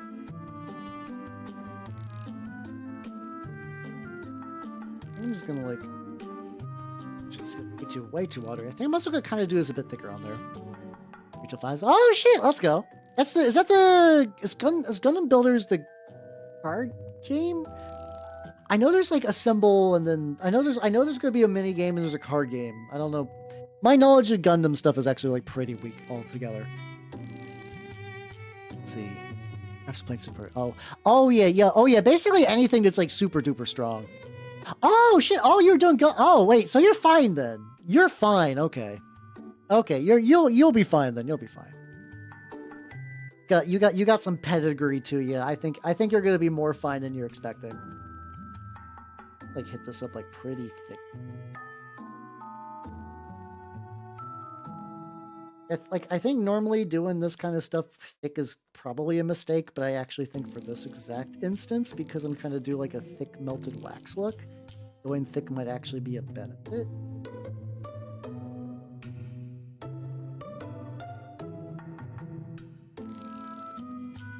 There we go. I retract all advice. No, I think advice is still good, even if you're like, you know, I think it was still useful to give. But yeah, I think in general, it's really easy in our society to want to do everything perfect first go. And I just think overthinking it is just going to stop you from doing it. So like, you know, just give it a go, and if you fuck up, you can always strip the paint and give it a go later. That's really the long and the short, I think. And that'll keep you going for a bit. Once you, and that's like a life lesson too. I fucked up minis, and I'm like, oh god, this is ruined, and you know, I could strip the paint and go again. It takes a bit. Oh yeah, I mean building is definitely a whole separate thing, but like. When you're talking about doing building, are you also doing like weathering and stuff, or is it just like pure building? At that point, I guess that's like, is it a speed thing then? Like, what goes into winning? What goes into winning one of those events? I once again, this is like an area that I'm not super knowledgeable in. I'm curious though.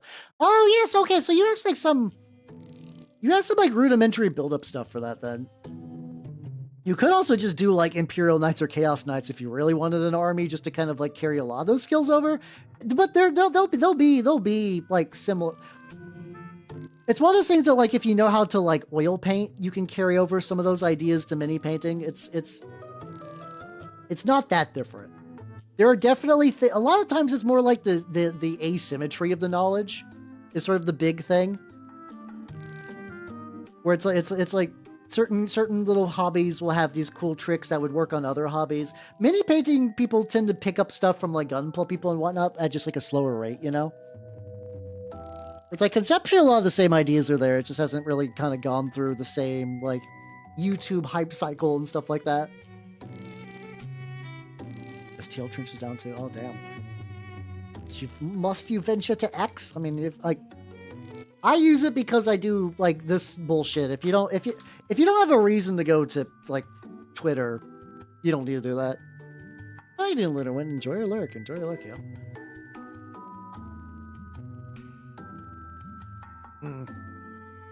Oh, that's true. That probably is one of those competitions where like a whole diorama package really does get you pretty far.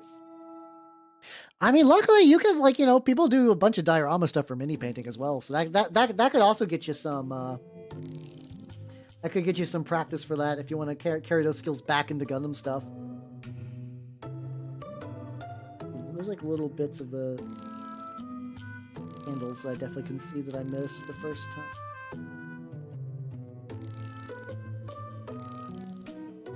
I'm sure once I enamel a lot of the candle stuff, it's gonna also fix that up. Oh no, there's some people who do some like really like I've diorama building is not something I've super done a lot of because I also like I primarily paint for like wargaming reasons. But like seeing some some people go like real fucking nuts on those and they look really nice. Today, but hey, it's all good, it's all good. Yeah, today was kind of like a lot going on for me as well. It's been once again when I have like a rough day at the guild, I love streaming. It's super relaxing for me, weirdly enough. Sometimes the stuff is like kind of stressful, but like not the painting, definitely. Painting has always been like pretty chill. A bit more in that corner. Yeah, no, like I think the tricky thing is that like a lot of times those like diorama people would be like, all right, I'm starting this diorama this year and this will be like my main project and I'll take it on tour to like a couple of different competitions and stuff.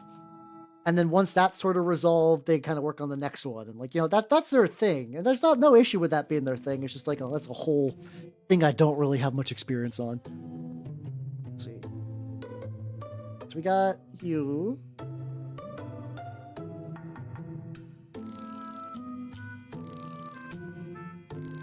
Get a little bit more on this. I can see this taking a bit to dry. There we go. Kind of all that. Oh, that's really fucking rad. Oh, that's really fucking. I wonder what models they use for the humans then for that. For the bug skin. I've done different shades for this kind of stuff. I could do this like prairie ochre color, which is kind of a similar shade, but a bit more yellowy and brighter. And hella clogged. Hold on, let me unclog that real quick. But then, yeah, that means that person had to put together like 30 Zakus, and then a regular Gundam, and then also the terrain, and then also the people. And like for like a lot of Warhammer stuff you can do similar-ish things for like armies on parade boards, or it's already beginning to harden. What the?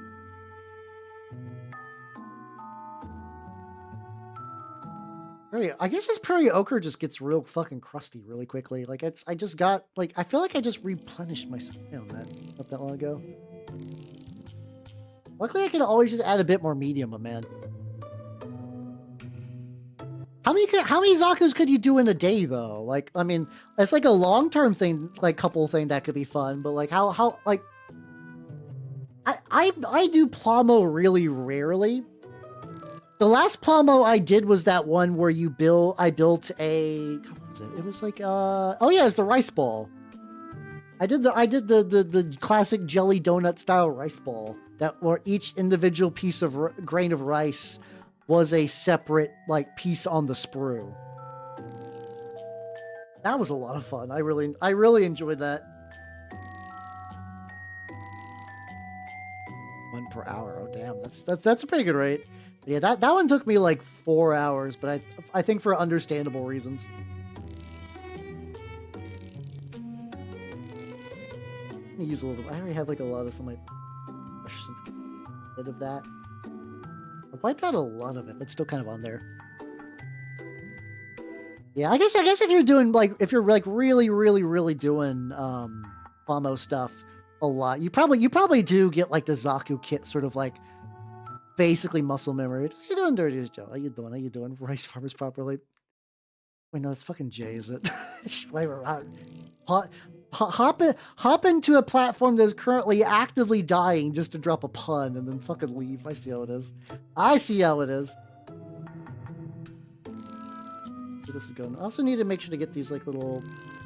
It's not really quite a dry brush. But I'm definitely doing the. Oh, so many. My very first Plomo kit ever was when I was a wee lad, and it was a Zaku. Mind you, the reason I chose the Zaku back then was very simple. The Zaku was green. That was it.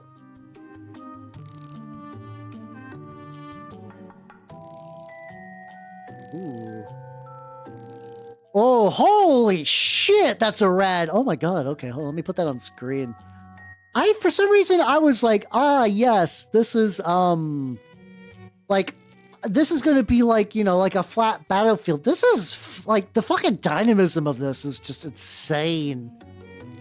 Oh, that is so fucking cool. I'm just going to cover everything with it, even my own stuff. I'll leave that guy over there though. That's rad as hell. Consume mighty orb. You gotta. Oh, that is cool as shit. What the hell? Oh, I'm sure there's hella customized, but that's like, oh boy. Wow. Wow. Absolute mad lads. That's what I say, like that's neat, but that's also like that kind of thing where it's like, that definitely took so much time.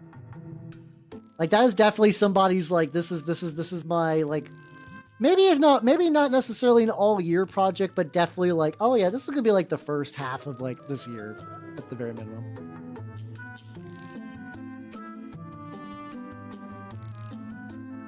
But that's still really cool though. Adding little highlighty bits to the joints. I'm also probably going to eventually go back to these joints and just like, you know, probably post enamel wash, glue them up a bit. I definitely want to glue them up just slightly. Yeah, I'll have to check out the rest of that later, but like at least a like very, very quick little bit I saw on there. That is incredibly sick. I should do more Plomo. The thing is, like, if I did Plomo, I don't know how much like that I would be doing. Right now, my big thing is I have a master grade Epion kit in my closet, and then I also have a that Bullet Knights Lancer that I picked up ages ago and just have done nothing with. Both of those would probably be several stream builds, but I could do that. But it's always tricky because it's like if I work on Plomo, then I can't work on my minis. And I have so many minis that need to be done. I have so many projects, and it's hard to prioritize Plomo these days. Because if I work on a Plomo project, it's not a mini project I'm working on. The minis I use. I take these bad boys to my shop and stuff. Oh, you should. You should. I mean, retches are really fun. Actually, if you want the bomb option, you should just do Ecclesiarchal Prisoner. I mean, those come strapped with the bomb. I mean, not that you couldn't, like, you know, if you want to paint a retch with a bomb, do it. But I mean, that exact model with bomb strapped to it is a well-known part of the Trench Pilgrim lists. That is kind of a thing they enjoy a lot. Like, I think a lot of this I was trying to go for the idea that this was like, I think this is supposed to mostly be mud, but I'm kind of building it up like this back part is flesh. I think that's the way to do it though. It's coming up very nice. Need to do a lot more touch-ups on a lot of spots. Oh no, listen, that's totally fair. I love the Forces of Hell. Like, you know, like I am somebody who my favorite things to paint are the things that are gross and diseased and weird and mutated. It's why like I have a hard time doing something like a High Elf army, or even going back to the idea of doing like that Crone army, where it's like I think it's cool, I think it's neat, but like for me the idea of like doing not that they especially need to be like real pristine or whatever, but like, you know, that is an army you kind of want to be on the less like mutated and fucked up side, because kind of also saucy elf lady is kind of a big draw of that. So like if you're not doing saucy elf lady, respectful. Trenchcoats are really cool though. Trenchcoats are also nice if you want like a faction that is the hell faction, but not really. They're a good intermediary.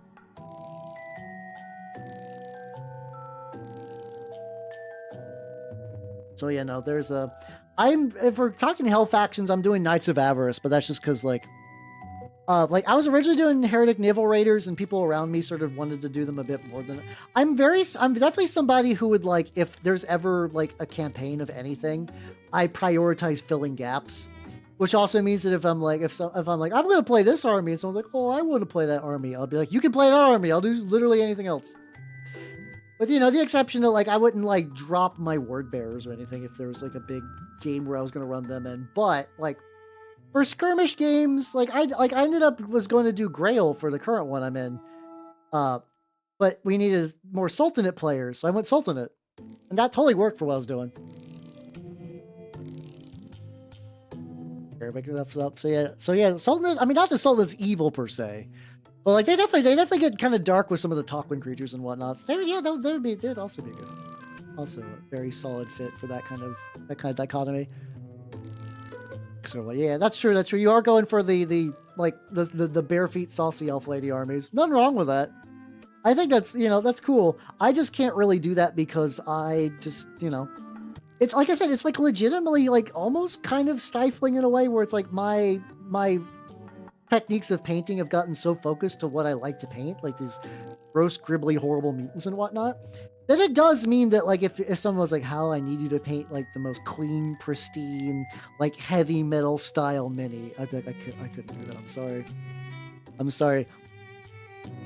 Lesbian shit. No, I mean, honestly, if you're spending hundreds of dollars, be the most shameless fucking lesbian you can be. Who gives a shit? I think if, especially armies are so both like personal, but also like resource intensive. I think if you want to be shameless, you should be shameless. I don't see why you would hold back on that. Like the caveat of like, don't like if you're bringing like proxies or whatever, they have like big exposed bare nipples or whatever, like don't bring that to the shop. But otherwise, like, and I would say that to anybody, like, there's some level of shame in order to maintain a private, like a public establishment. If you're just playing with your buds at home though, yeah, fuck it, I'm in the defense of like big titty models and saucy things and whatnot, like in the privacy of your own home or like posting pictures online.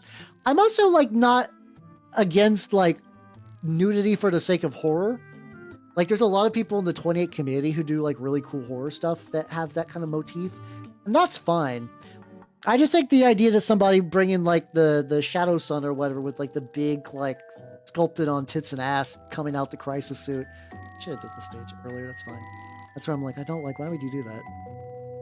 Oh yeah, I mean it definitely does because like the whole like body and sexuality stuff. It's a neat mix to do it that way.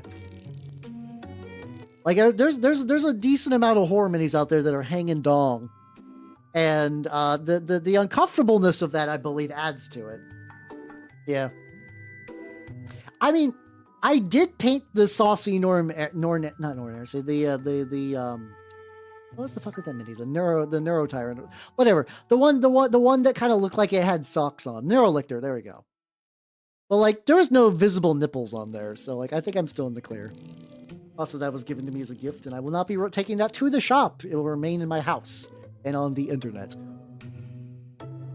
Space Marine, the largest. Oh yeah, no, Space Marine's got a big old bonks. I mean, they're muscle bonks, and they're meant for killing Xenos, but they do got them. They do got them. And once again, I also always am of the belief that I think a lot of people who would like, I think a lot of Fujoshi and a lot of like kind of like beefy boy enjoyers, they don't know much about 40K. And this is not in like a derogatory way. It's like they don't know that there's a restaurant that caters to them out there. Like people who like their own like weird little scrimblow boys, or their own little just like specific weirdos. There's a whole world for them in 40K, and they just have no idea. Because I do feel bad sometimes too, where it's like sometimes like a lot of people's first introduction to 40Ks or like even like any minis is just like being like some like usually a well-meaning nerd just to like, hey, let me tell you about the entire Horus Heresy. Like I have to explain that to some other VTuber people because this is something that like especially like I notice like a lot of VTuber women get a lot, where people who will like they'll be living their lives and then somebody just basically like, it's time to talk about the Emperor now, and they're like, oh no, I was not interested in this whatsoever. If you're interested in that, that's one thing, It was meant for the Emperor. I mean, technically the regular man, like the Marine man moves are also for the Emperor, but otherwise, yeah, no, I agree. Yeah, sometimes like it's like I have to apologize. Sometimes I'm like, listen, I'm sorry. How you doing, Phoebe? Welcome everybody. Welcome. Speaking about dumping horse heresy lore on women on the internet. No, that's sorry, it's just a joke. How's it going, everybody? If you do not know me, I'm Halbernot the Mimic Elf, miniature painting VTuber of the Nurgles game variety. How you doing, Dawn Bumblebee? And thank you for the follow. Welcome to the workshop. How you doing, AJ? How you doing, Melee Robot? How you doing, Michael-chan? What were you up to? I have to guess it was something Pathfinder related. I had to guess. How you doing, Cyberclone? Welcome, welcome, welcome. It's funny because like my group is primarily a Pathfinder group, but we've been doing superhero games as of late, so I've not interacted with any of the new Pathfinder stuff whatsoever. It's definitely been a bit. Yeah, they did the Daredevil and the other guy. Bumblebee. Ah, there we go. I see. The problem is I can't read. There we go. Yeah, we did Mass, and then we did Prowlers and Paragons previously. And those have been relatively neat. Those have been relatively neat. We're kind of running into a similar situation with the way that my group uses Prowlers and Paragons, where it stops really being about like a superhero kind of deal and just sort of turned into like a big super brawl. That's still been fun though. We were doing, oh God, what was the last Pathfinder character I played? It was a Psychic Bard, and unfortunately I heard that Psychic got a rework and like not a great one. And I was already kind of like, I don't know if Psychic is doing that good as a class. And then they're like, oh, congratulations, we fixed nothing. This is what I've heard, though. I've not super looked into it. I have a friend who's like really into kind of like the care op stuff. We don't really go that far for our games. Yeah, it kind of reminds me of Pathfinder, like 1E Oracle, where it's like, even like early 2E Oracle, where it's like, you have to jump through a lot of hoops to get basic class features. And they're like, but why? YouTube's back. Hey, let's go. YouTube is being jank. Oh, by the way, if you do not know me, I'm Halbernot the Mimic Elf, miniature painting VTuber of the Nurgles game variety. And I am currently painting Trench Crusade. This is I can never remember the name of this. Matagot Hag. I'm painting a hag for Trench Crusade. It's going to be a big, horrible mutant bug because that's what my army is. How you doing, Mini Dell? How you doing? How you doing? Yeah, I'll probably look into both of those someday, though. I am somebody that does skew towards casters, though, so I don't know. I don't know if either one of them are caster based. I'm guessing probably not. I would assume just based entirely on names. Yeah. I mean, for me, Urge to Shove and Locker Rising. Listen. For me, it's like Wizards and Bards. I play primarily those in any not war game, like D&D or D&D derivative. I mean that tracks based on the Sword World game for sure. How you doing, Slowglass? I like Trench Crusade a lot. I'm currently in a campaign of it as the Sultanate, which has been a lot of fun. I basically have every army to like. I have enough I can run at least 900 ducats of pretty much any army in the game. Not every sub-faction necessarily, but like all the ones I would want to. So I like it a lot. Yeah. For me it's more like I don't know. It's not that I thought that like I was expecting I was kind of, I don't know, expecting some tweaks because it seems like that they've been decently on a roll for like making some changes to make the classes feel a bit better to play. So I was a little sad to find out that they kind of mostly left Psychic alone. I'm not gonna like cry myself to sleep or anything, but like I definitely know that when I was playing my Psychic Bard, I was definitely using. At one point, my tabletop group primarily just really started adopting the multi-classing stuff, and we just kind of do that a lot. I definitely felt like I was using the Bard like the vast majority at the time, for sure. Yeah, tabletop role-playing game. Yeah. But, yeah. Trench Crusade's a fun war game. I like Bards. And I think it's just because I like having charisma class option stuff for like, things. That's always been kind of nice. Shit there. Dual classing specifically. I was, Bard... I would need to pull up my sheet to look up exactly what I had going on. Definitely Bard Psychic. And I was doing like the... Phoebe would probably know this. It's been like 2 years since we played this campaign. How you doing, Bunny? How you doing? specifically the archetype that does like time fuckery stuff, where it's like where you can like roll initiative. You can roll a die, and if it's high enough, your initiative is effectively a roll of a 19. If you roll too low, it is like kind of a 2. You can do some like give some free rerolls to people. I was running that as my archetype. How much do I gauge with the lore? Like a decent amount. Chrono Skimmer, thank you. It's been, like I said, it's been a hot minute. Maybe it's not been a full 2 years. It's definitely been a bit though. It's definitely been a bit. My ability to retain exact. I've also dabbled in a lot more systems these days. So like, I used to have a lot more system mastery of like 1 or 2 specific games, but now I just have like decent knowledge of a lot of them instead. But as far as like lore goes, yeah, I mean, like, I like the bits of like lore we get, and I kind of like, we're kind of doing a lot of like specific, like using the setting of Trench Crusade for setting up our campaign stuff. Or like the campaign I'm in is in like a very specific part of Georgia, the country, not the state. But yeah, I don't know. I'm torn that like I'm somebody who does read the 40K books, but I also don't think a war game needs that. I like having like, this is why I actually weirdly enough hope they don't ever touch America in Trench Crusade. I like leaving. I'm a big pro like. I really like it when they leave shit open to player interpretation and letting players do what they want. And like the idea of like what exactly the Templars did to really fuck with the Gates of Hell, I don't need specifics on that ever.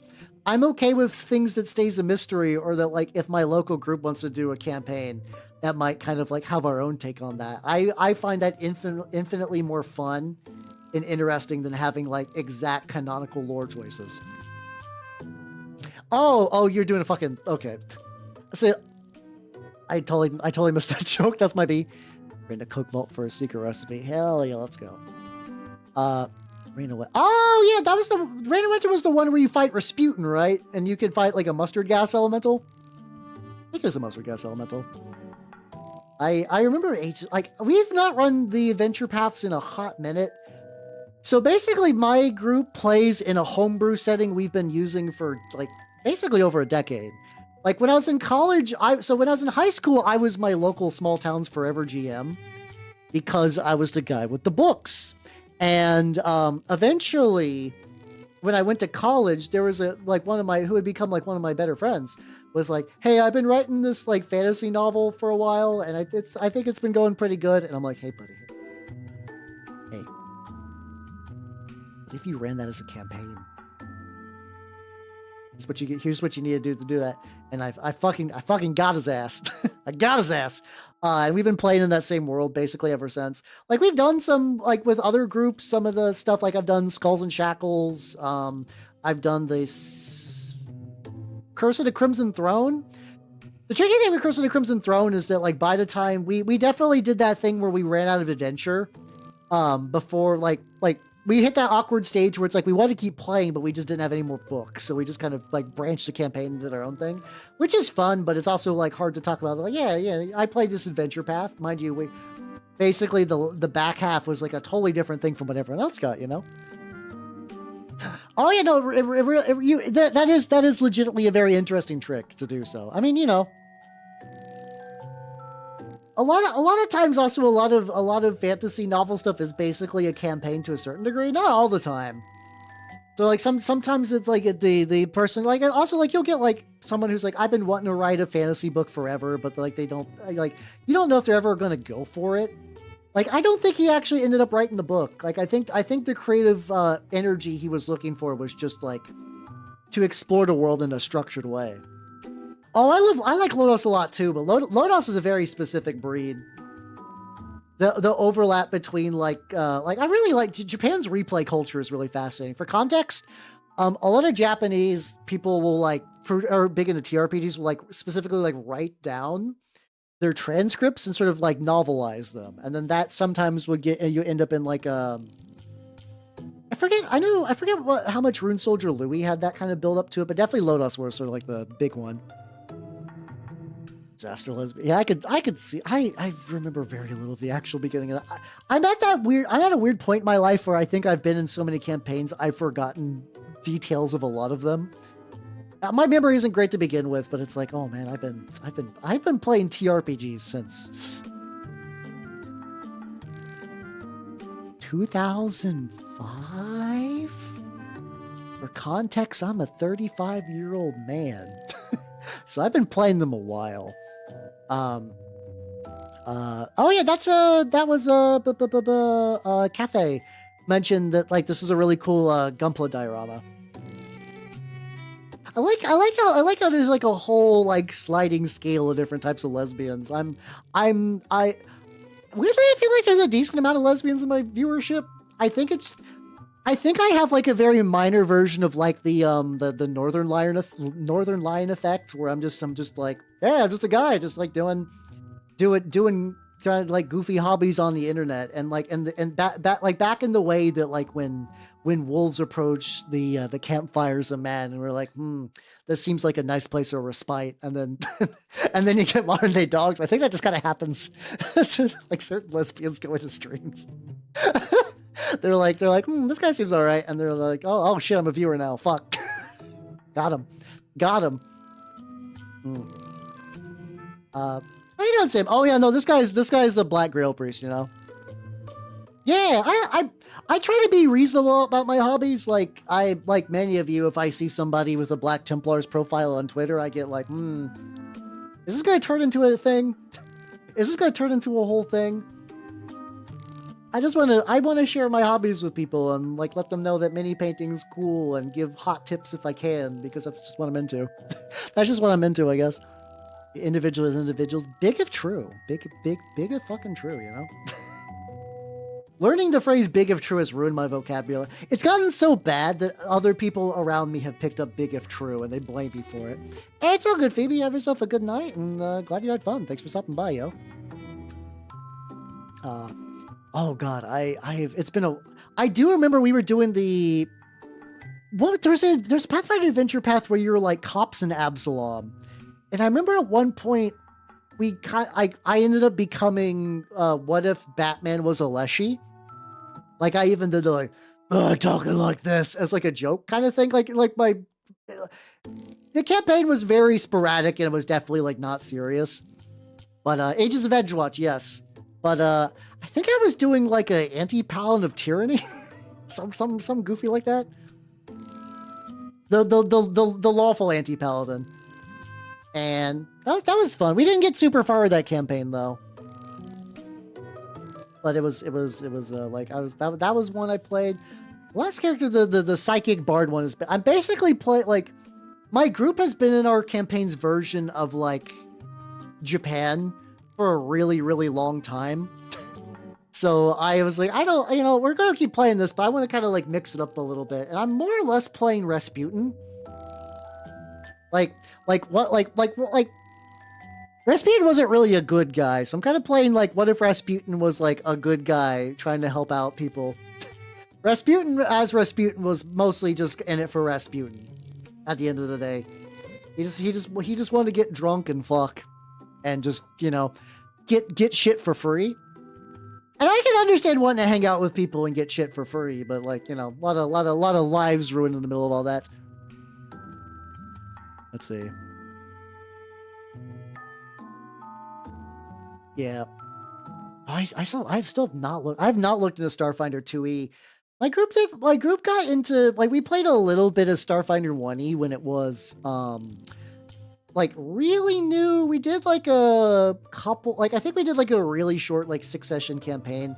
I was doing kind of like a galactic kind of like racing thing where it's like you want to like, some people were saying that there's like a bounty if you get to here and to kind of do like a bunch of things. It was basically kind of like we are going to go through the entirety of like all the mechanics to figure out what we like. So it's like a lot of like vehicle rules and starship rules. Yeah, we were not the biggest fans of Starfinder 2e. Like it's Starfinder 1e, sorry. 2e is I think it's just basically very similar to Starfinder from what I understand. Like aren't they kind of made to be more interchangeable these days? I could be wrong on that, but I think that was the intent. screen. There we go. Yeah, for me, I think the biggest sticking point. Am I playing other minis? Like I have some other Grail guys that I might like touch up on a little bit, but they're not the big deal of. They're not the big focus today. It's mostly this. I remember the ship rules were kind of weird. Like, I get what they were going for in 1E, but the biggest thing that we kept running into is like, okay, you have the pilot, which like, yeah, the pilot's gonna do cool shit, and then you have like the gunner. They get to fire the gun. Yeah, wow, yeah, obviously. And then, like, once you got past those two roles, a lot of it was like, I'm in the science room. What do you do? Roll some dice that effectively just kind of, like, crank some levers. It's like just basically just like, well, this is, you know, moving some shields around and stuff like that. And I was just kind of like, I think collectively we were like, well, this is not really doing much for us. To be fair, though, ship combat's one of those places that things can get really clunky really fast. I would like to see how 2E does it. But I don't know. I don't know when my group is going to give 2E a chance for from that. Also, I'm also going to be real. I think if I run a group game for that group, I want to run more Lancer. Lancer's so fun. I love Lancer to pieces. Do I have any other vids plans? I'm going to be doing Imadoki no Vampire Bloody Bride in on Thursday. So there's like some like flesh I could get out there. So Lancer is life. Lancer is love. Lancer actually sold. Hey, that's good. I like that. I'm, you know, as somebody who grew up with 3.5, I really like the idea of things like kind of like intermingling and stuff like that. Yeah, I definitely will be doing some more Lancer stuff at some point. There's currently, I'm in a very weird spot where I got some games cooking, but like scheduling has been scheduling. scheduling VTuber things is very tricky. So it's definitely taking its sweet time on that. Once there's a bit more movement there, I'll keep you nerds posted. But for right now, there's not a lot going on with that. Yeah. Ronan played like the horniest grandma in our Lancer game, and I was like, not the route I was expecting. But after I was like, yeah, no, that feels like a very Ronan move. That feels like a very Ronan move. Yeah. VTuber scheduling be a thing. Lancer question. I think it was like, yeah, I think Gorgon was the one I liked the most. I like Gorgon. I like Lancaster. I have a signed Lancaster poster because I'm still surprised that fucking Bloom showed up to Magfest. I'm sad I didn't get the special edition hardcover of Lancer though that was there. I'm still salty about that forever. Yeah, I was surprised when you made the Frey Bentos and it was like not hot ass. Like, I kind of expected based on everything I've ever heard about Frey Bentos that it was going to be like congealed gravy, but you're like, no, it's like this. It looked relatively fine. Like, all things considered, at a specific time in my life, I could have easily seen myself like housing some Frey Bentos, assuming that, you know, they were available in Burgerland, which I know that there's like stores that kind of specialize in like international cuisine. I don't know if I'd call Frey Bentos international cuisine, but that is a thing. Like, you know, like there are like European import stores where I'm at. That would probably be my best bet of getting one. But yeah, I bet that steak pie probably from a butcher, like a legit butcher, that probably fucks incredibly hard. Hey, it's all good, Bumblebee. Oh god, yeah, no, best of luck with that. Having to wake up that early is I couldn't do it. I'm very lucky that the guild doesn't make me get up crazy early, because if not, I would explode. Yeah. I guess at least the thing with having too much gravy is I feel like you could always just spoon the gravy off. You know, that usual it's easier to subtract than add. So that's, you know, that's could have been worse, I guess. I don't know. Looks like this. I'm dry brushing like a drab color on this to kind of like bring up some of the highlight stuffs. Yeah, like the. I have like to get on there. But yeah, no, that's super fucking early. But yeah, like right now I got some things that are cooking on the pipeline that require me to get some scheduling issues worked out. I also definitely need to get a Necronica game going again. God damn. I went all of 2025 without running Necronica, and it feels weird because that was like my game. And I do love it to pieces. I do love it. For context, Necronica is anime zombie girl fights the TRPG. It's Japanese only, but it's had an English translation, fan translation for basically fucking forever. Oh no, Steve's not going to bed yet. It was just Bumblebee because they needed to do the big sleep. But yeah, I used to run that a lot. I just haven't in a bit. I still keep looking back on 2025 and I'm like, I feel like I don't know what happened there, where it's like 2025 was just a year, and then at some point late 2025 I woke up and I'm like, oh god, where'd 2025 go? And then like it's been just kind of picking up some of the pieces from that. I'm just like, oh god, a whole year has passed. What the fuck? Why the passage of time? I'm hoping better stuff for 2026. I'm relatively happy with the way 2026 has gone so far. I mean, for my personal life stuff, world events are a whole other kettle of fish. But like, for me personally, as a person, 2026 has been pretty aight. Like, I don't enjoy like all the PC parts getting more expensive and stuff like that. Son was born. Oh yeah, you did have a kid. I keep forgetting how many of my viewers have kids. It's buck wild. It's buck wild that you're all spawning and I'm not. No, I'm kidding. Well, like once again, it's like oh shit, I got like parents as viewers. That's wild to me. But yeah, it's been like 2026 has been good so far.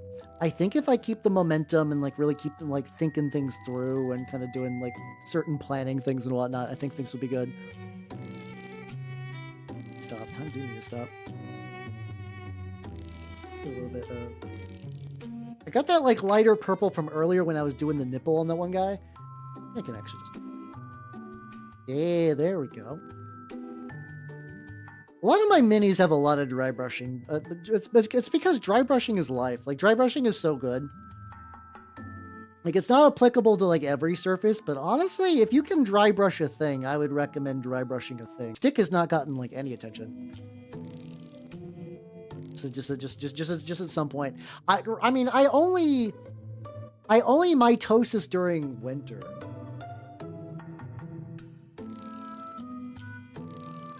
I guess I can mitosis now as a treat.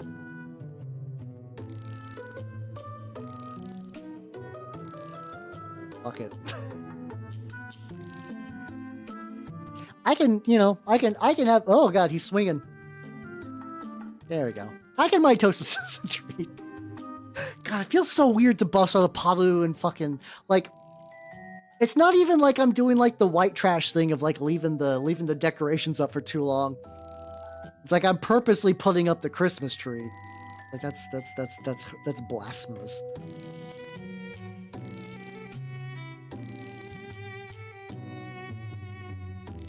Here we go. Time isn't real. It was made up by the government. I can Hashire Zorio whenever I fucking want.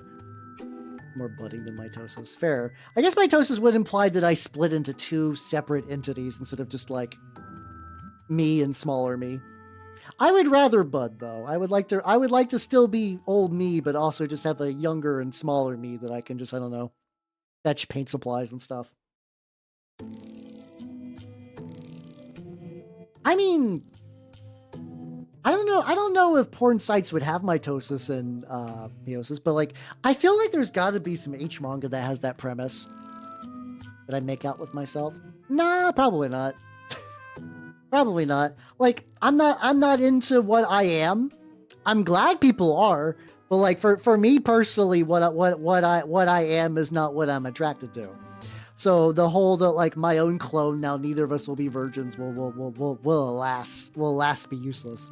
I mean, mind you, I'm used goods anyway, so it's not like that was ever going to be an issue, but Weirdly enough, I vaguely recall a VTuber recently that was like bringing up like the like having like big shower thoughts of like, would you make out with your own clone, but also assume that there can be like no gender bending or anything like that. I don't think I could. I'm sorry. I'm gonna be honest with you. I don't think I could. Yeah, no, you can find like, once again, like not even for like sexual doujin stuff, but like even just like technically safe for work, but just weird. Like I still. How you doing, son? How you doing? Like I keep thinking about that one where it was like a Toho artist got a kidney stone, and basically wrote like a Toho doujin where like one of them's urethra and just poking it with like a trident, and that was the whole doujin. And I remember reading that and I was like, God, this is very specific. Like the specificity of this is just absolutely buck wild. Like, I understand, like, writing about what you know, but it's like, I do love that. They're like, my own clone, now neither of us will be virgins. Like, that's, like, probably one of my favorite images on the... I quote that all the time, but also, like, I have to be very careful because, like, there's a lot of things that I enjoyed that I cannot explain to anybody who's, like, even slightly normal in my life, you know? Some people do know too much. I appreciate that they know too much. I think that makes the world interesting, but just fine. No. This is gonna be kind of like dingy anyway later. That's the benefits. Ah, fuck. Okay, I heard a snap and I was like, oh, that's not good. I think we Gucci though. I think we Gucci. Oh, yeah, I need to get the stick. Yeah. Let's see.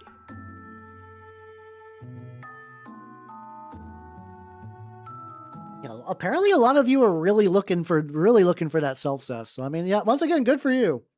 Live your best life. I just don't think I could. I don't think I could myself.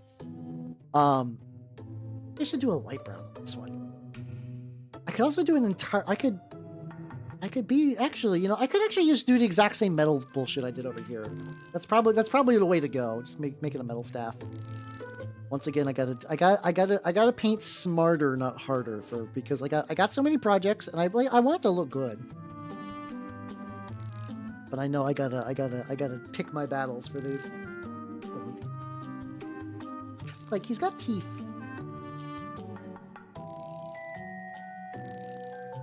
There we go. We got some teeth. There we go. Hey, YouTube's back. Yippee. Yeah, I don't know what the fuck happened with YouTube, but I'm glad you nerds are able to return. I mean, get yourself a, I'm gonna be honest, get yourself a massage gun. Those things are really good. I have, like, you know, I big shrimping a lot, and it's good. They're nice. they are nice on the shoulders. You don't even need someone else. Just do it to your own shoulders. It'll be worth it. Like, you'd probably wait till they're on like a Black Friday sale or something like that. How can you not get your own back? I feel like that shouldn't be too hard. I don't know. Maybe this is just a me thing.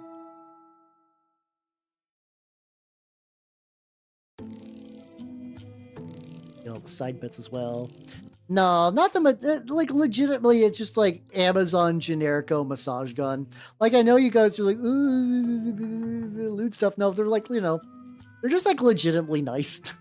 Because like for a while I was like, I kept looking at those like massage parlor places, like they're there's like chain massage places you can go to. It's not just like some seedy back alley thing.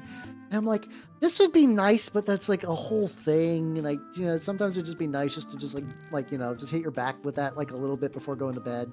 And it's like, I just realized it made it sound worse, but like legitimately just for back stuff. And it's like, yeah, like just having a gun for that's kind of nice.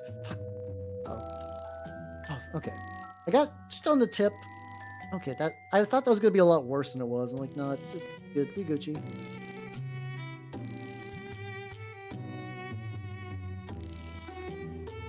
There we go.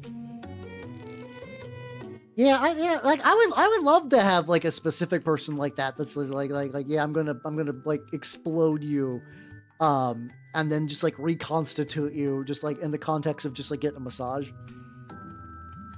I don't know. I don't got the time for that.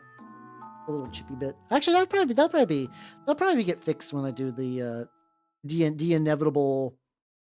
I actually think this guy's really, really close for a enamel wash soon. Like, I gotta touch up some of the purples and whatnot. It's a big pharma, huh? I'm surprised that big pharma people would just kind of hand that out, but I guess that means that they're legit then, you know? Explode you something therapeutic. Thanks, I guess. But yeah, I don't know. It'd be nice. It'd be nice.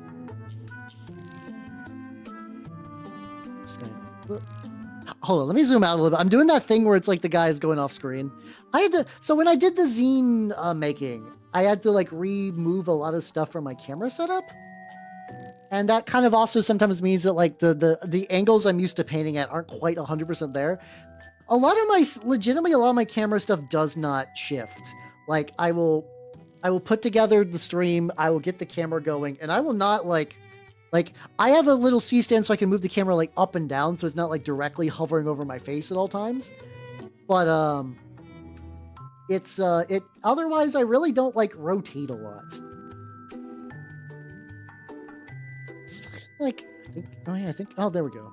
I was like I'm not getting any purple out of this. There we go. So looking at the lad.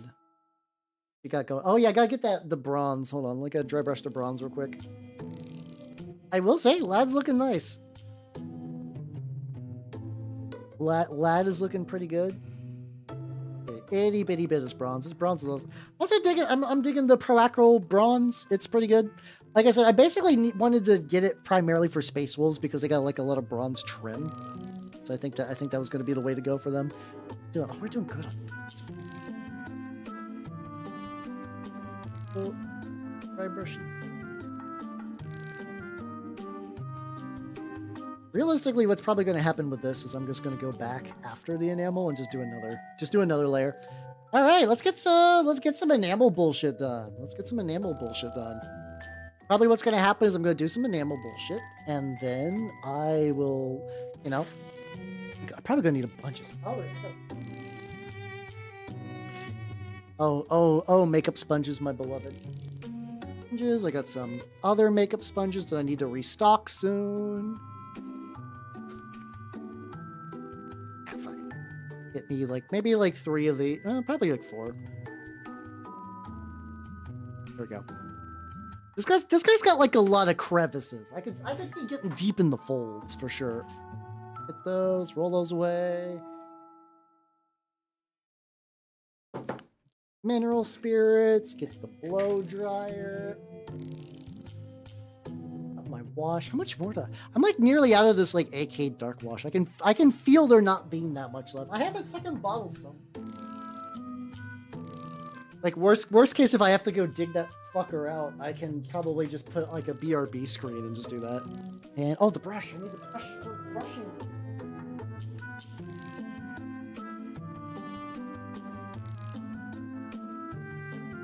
There we go. It's like a real big. Got this like extra long brush that I really don't use for my stuff too much, but like this guy's basically like a small terrain piece, which I kind of really, really enjoy. I think it's fun. Like it's like, he is pretty much his own diorama base, which I think is really, really legit. So yeah, we're gonna get some of this.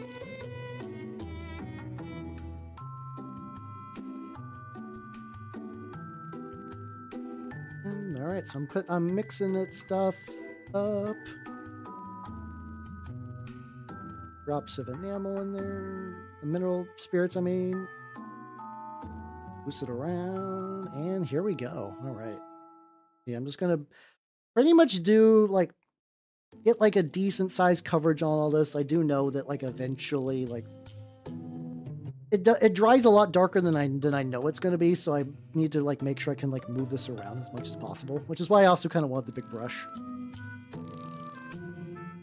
Little bits in there. Now I keep thinking about that fucking massage gun. I'm probably gonna use that like immediately after stream and just like explode my back. Great, it's fantastic. got like a decent amount of painting left though. Once again, like the fact getting those other 2 chuckle fucks in a really good state is really, really nice, because that means I can get something like, once again, I'm having project build up, but not like a crazy amount. Like I got the catapult, I still got the Pelaggarth brutes, like the big muscle boys. They need very specific, like, I need to get like my eyes like right next to those and like really pick out some details before I give them the enamel wash and whatnot. But they're pretty close. Yeah, those are these guys. These guys I need to do, so I can have my full Black Grail. Let's go. The full Black Grail Great Hunger list for a Trench Crusade list that I likely won't be able to play for fucking months. Like I said, I'm pretty, oh yes, shit, I still got my Sultanate Homunculus guy. I got basically everything else on that army ready to go except for the Homunculus, which also, sometimes like when I move my fingers around this one, I can feel it shift, and that's a little worrying. Grab a little bit of this mineral spirit directly from the container. Really inconsistent amounts on there. Luckily, like once this all blow dries out, I can always like touch it up later too. But yeah, I'm getting to the point where I really probably won't need to make too many more Trench Crusade models soon. The big turnip is probably going to be my next, like after this other big project that I'm like preparing for, which hopefully I'm once again, I'm trying to be kind of vague on what the actual project is, because I know that if I say it in advance, I will not get it done. I need to hint that like something's cooking, so I get like a little bit of the serotonin boost for saying something's cooking, but I cannot say exactly what's cooking. I cannot tell you what the hell is cooking, or else I will, you know, the brain chemicals will activate. My brain will be like, good job, buddy, you did it, you released the thing, and I will not get it done. Can't wait to eat. That's gonna be, it's definitely gonna be a treat. That's sort of like the big, like I said, I want to do more like YouTube stuff, so I'm going to try to tie that into a YouTube video as well. It's going to be neat. So I've been printing stuff out for it. So it's like I've been waiting for pieces for this for a while. So the fact that I actually have like stuff that's actually like ready to go for it, is pretty nice.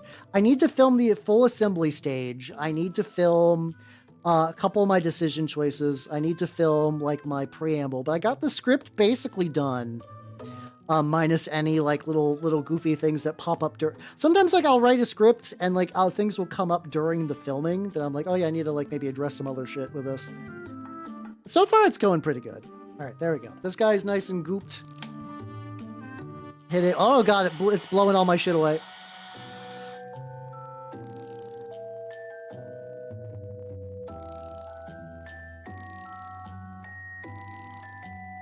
All right, there we go. And let's get sponging.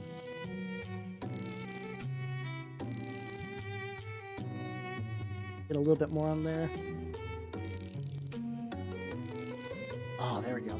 I remember last time when last time I painted one of these specific models, I was using the I was still using G-Dub's washes, and I think I used an oil wash on something that had this exact, so the head of this is an ass for a different model. And I remember when I was using that ass from the different model, like I think I was originally just starting to get into oil washes. And for some reason, oil washes, I learned how to use them, but I never really learned the technique of like, oh yeah, when you got an oil wash, you're going to need to remove some of it. You're gonna have to let it dry a little bit and then remove some shit. Like, I don't think I ever did that. Like, I just don't think I had that concept in mind of like, oh yeah, you can like, you know, apply a wash and then remove parts of the wash. It's two. Okay.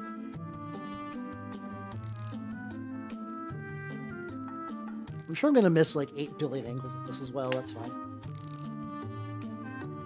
Big things coming, indeed. It is gonna be quite a big thing. I'm pretty excited. Maybe still pretty grimy in the end, but it looks like a lot of this is coming off, which is good. Still getting the like. I knew that the nice thing about these candles is like I knew a lot of them have like you can see like the candles I think are going to benefit the most from this because they just have lots of little recesses where the grime pools pretty naturally. I think the sponge is ready to go. Oh god. It hooked on my hand and just started to leap. How you doing, D? How you doing? How you doing, Swift Nye? How you doing, One Blue Sheep?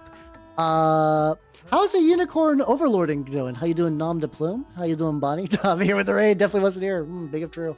But hey, how's it going, everyone? If you do not know me, I'm Halbernot the Mimico. I'm a miniature painting VTuber of the Nurgle and Skaven variety. How you doing, Professor Sapling? How was the unicorning?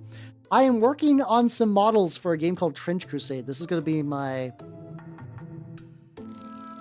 like Matagot Hag or whatever. It's for the Great Hunger.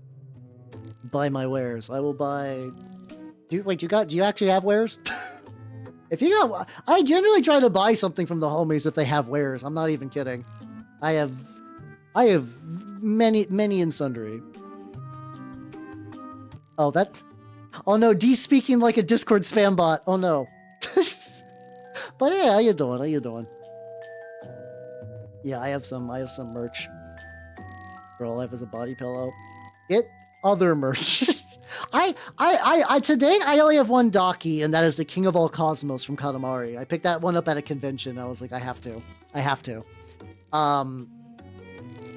You actually have a body pillow? That's really funny. Why you call me a hoe? What the fuck? That's fucked up. But yeah, if you do not know me, I'm Halbernot the Mimico, miniature painting VTuber of the Nurgle and Skaven variety, and I'm giving my guys the sauce. Basically, I'm doing an enamel wash, and I'm doing that stage where you use enamel paints and you like kind of wash it, and then you like blow dry them a little bit, and then you kind of go back in, and you sort of like use a sponge to remove a lot of the excess. How you doing, Chieftain? How you doing? Fuck. No, my Padoru. You know, you can get dumpstered, idiot. There we go. Oh, we go in mimic mode. Oh, okay. Hold on a sec. Ah, there we go. Horns are coming off the side. How's it going, everyone? Yeah. There we go. Now, if you're gonna call me a hoe, at least I'll be shirtless for it. Yeah, well, hopefully things are good. I got a lot of acrylic standees. I have a VV boob mouse pad. I have a couple of I know a lot of VTubers sell like desk mats, but they really for like keyboards and stuff, but they're really good for playing Magic on. So to answer that, yes, good use of the glasses, by the way. Basically, this is a mobile shrine to the forces of evil. Specifically, these guys sort of are the minions of Beelzebub, who, in the context of Trench Crusade, is a demon that wants to extinguish all life, human, demon, whatever. Take care. Oh yeah, get some fucking tacos. Hell yeah. It sounds delicious right now. Yeah, have yourself a good night and take it easy, yo. So yeah, this is like a mobile blasphemous altar, more or less. Also gonna do, I think while I got the enamels out, I'm also gonna hit these guys up. Let me rinse this. I need the smaller enamel brush for these two. Oh shit, what do you redeem? Oh, what do I do? I paint rats! Fuck, I missed it. It's fine. Every now and then I paint rats. I might actually, you know, if I enamel these guys, it's going to take them a little bit to dry. That might be enough time for some rats. That might be. How much you need a donut for grippers? I'm too busy crafting for grippers. There we go. I just like I'm wearing pants, but I also know that Twitch is Twitch, so I gotta be like no, I am clothed. Twitch.tv/twitch.tv. I'm big pantsing right now. How you doing, Oni? How you doing? I am working on some Trench Crusade lands. These guys I feel like could maybe use a little bit more paint to them, but I also think maybe enameling them at this stage would be pretty legit. Hammer funds and good equipment. Yeah. I mean, you can always start with like maybe like a small thing or whatever. Yeah, yeah, that is tricky for making merch, as it does sort of require a lot of infrastructure and whatnot to really make work. Like what kind of I guess what kind of merch are you feeling you want to do at first? Like if you could, what would be your first thing? And I guess at that point it's really just a matter of like working your way towards that. Oh, woodcutters. Oh yeah.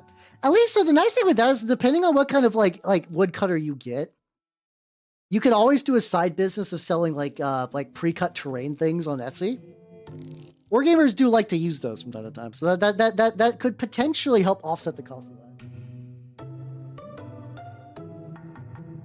that. I've seen a couple of those, and they do look really, really sick for terrain reasons. Yeah, like a lot of people do for like MDF bases or like MDF buildings or insignias for tanks and stuff. Honestly, the realm of merch and the realm of wargaming actually really overlaps a lot.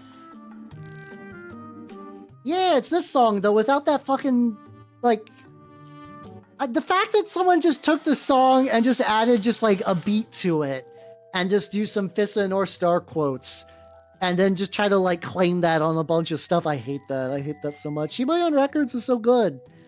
Their music is so, and then there's a weird thing where like people were trying to release AI albums under their name, and they were always called like Tokyo Spotlight. Like it was basically like the most generic, like Shibuya Blues. Like the most generic garbage where they just tried to like put their name in like the Spotify and YouTube listings as Shibayan Records. I'm like, you motherfuckers. I hope a million rocks crush your genitals. I wish you a merry go fuck yourself. Like, why would you do that? Why would you do that to Shibayan Records? They make good music for free, you fucking leeches. Oh, I was not expecting to get so heated about that, but I fully believe in everything I just said. I fully believe that. Constant inspiration in your computer. Yeah, you can get constant inspiration on twitch.tv/Hopper. No, but for real though, yeah, a lot of times you can, like, for a lot of merch stuff does have good, like, especially for like a lot of like cloth things can be used for like play mats or like objective marker. Oh yeah, you could also like laser cut objective markers. You could even do fan objective markers too. How you doing, Spork? How you doing? Like an objective marker that just had like D's face on it. People could just like fight tanks on D's face. Yeah, like that could work. This guy's looking pretty good. So he's sufficiently de-oiled. He's been doiled. Oh fuck! I think I just gotta touch up the gun a little bit, but I think this did it anyway. There we go. And there's sea and bead with rocks. I doubt it. I feel like if you're doing that kind of scam, you probably are not having like the craziest boner dreams. Vtuber version played. I mean that's a merch that needs to happen clearly. Just like fuck it. Vtuber boob terrain. Play all your war games. Perfect play out of 10. I've done very little making objective markers. I usually put that energy towards terrain or minis. It's always a thing. Is like I would like to make more custom objective markers for the games I play, but whenever I do that, I'm like, I could just be instead. Like, but I think it'd be good for like a Trench Crusade thing to have like a little like bullet shrine or whatever, like something like that. Like there's people I've seen who've done really cool shit, and I would like to do that, but it's always like when I sit down at the workstation, my brain is like, you know what you want to do, Hal? You want to make you want to paint minis. I'm like, I do. Paint minis. You got me, my own brain. I've been bamboozled. How you doing, SEO paint? Is it really? I feel like this is pretty bog standard for like literally everything I do. I don't think anything that I've been talking about has been particularly strange, and if anything, it's probably relatively vanilla in the grand scheme of things. But yeah, how you doing? I'm enamel washing this fine gentleman, and they're turned out pretty good. That leaves me with like roughly an hour to work on some other minis that are on my desk, which I can totally do. I got minis on my. Guys, I might even paint a rat. Wouldn't that be fucked up? Wouldn't it be fucked up if I painted a rat on stream? Big if fucking true, you know? Wow. Keep saying that. I keep saying big if true. I think I was originally going to use a clinger one, and I just kind of like put it in the wrong section. There we go. I've never done this before. Rare rat painting stream. I feel like once again I paint enough rats that I can kind of ironically say like I'm painting rats, but also can kind of ironically not. I get the best of both worlds for comedy, where it's like Hal never paints rats, or like Hal paints rats occasionally. I get that flexible whimsy. Oh, that's where you gotta get like I have like one of those like little I can't show it too much. These like little, it's all shiny, but it's like these like little metal like phone reset devices. They're supposed to like poke a hole. Like basically you're supposed to poke like a little hidden button on your phone. Those are really good. They're like the perfect diameter for unclogging paints. They're kind of amazing for that. But Oni, what kind of like, okay, like what kind of stuff do you... oh yeah, fuck, these are the kind of guys I need to seal. Actually, overall, there wasn't too much removal. This guy's basically... oh, fuck, he's got some removal. They're fine. I can fix. This guy had nothing get removed. I keep forgetting that, like, every now and then some of the army painter paints like to come off, but this one actually was, like, kind of flawless. Okay. So those guys will dry for a bit and they'll eventually be fine.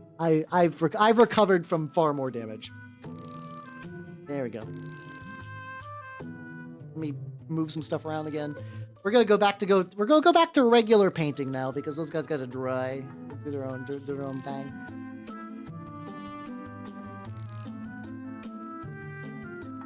Oh yeah, there's a stencil I forgot to put up.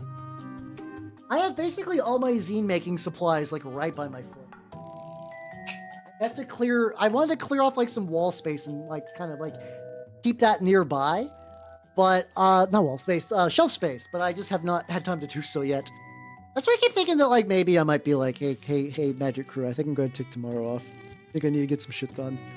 I need to replace the thing on my 3D printer and I need to like do some cleaning and whatnot. I don't know. I'll think about it. I'll have to see if it's like, oh no, we need one more player to play games. I'll probably crack. I think at that point I'll probably crack.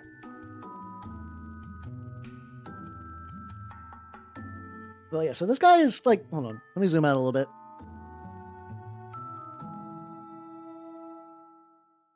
So this guy is still drying, and definitely could use some more like color brightening in a couple spots. But I think overall, yeah. Look at him. Look at this lad. Like I always like when the mini gets to this stage because like if I did nothing else, I could still run this guy. If I had to go to the shop tomorrow and play if I had to play Grail and I brought this guy, I'd be like, yeah. I think this would be neat. So those don't play too different. Okay, I guess the tricky thing is like Cadaver Corps are kind of interesting because like they're made by the same people who made Red Brigade, but they're not as like official as Red Brigade. Where like in the way that like Red Brigade and Great Hunger are sort of like canonized third parties. I would avoid the Cadaver Corps. Like, if you like the looks, just run them as regular heretics, but I would not run them as Cadaver Corps because like if your local group is cool with it, that's cool, but that's also like another conversation. And like depending on how much you want to like time you'll put towards that. So how you doing, Dark Angel? How you doing? Oh, once again, we are well outside the light of the corpse god, so that's fine. Corpse worshiper, my bad. Let's see. But yeah, let's paint a rat. Let's paint a rat today. Him, Rat Man. Do another coat on the... It's weird. This is like the exact same color I used for that guy. But for some reason, this needed like... I guess that one also did need another layer. Yeah, so this rat is going to be used for my Mordheim Warband. Things go pretty good. Things are going pretty good. I got this guy, and the other guys have been enameled. They're drying. I could also work on this. I could also work on this big boy, my turnip catapult. I was debating doing him on Sunday though. So like maybe a little bit of rat as a treat, you know, as one does. Yeah, I'll do a little bit of rat as a treat. You know, once again, I got to maintain I paint rats. My branding. My branding falls apart, then I have nothing. Stupid. But yeah, I might as well do this. I might as well get the lad some love. So let's see. It's got like a little bit of leather on this pouch over here. I mean, he could be an especially frosty rat. He could be a rodent of unusual rhymes. Oh fuck yeah, let's go. I basically like the Siege Dreadnought and the Darrow-Darrows I do not have. I have like a Contemptor kicking around my house, and I need to build my Saturnine Dread. Like, I've touched the Saturnine box so little, but like there's so much good shit in there. I gotta do something with that.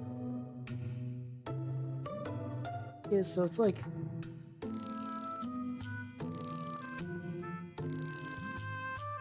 what I'm trying to figure out is like under the bell there's these little like almost look like little spikes.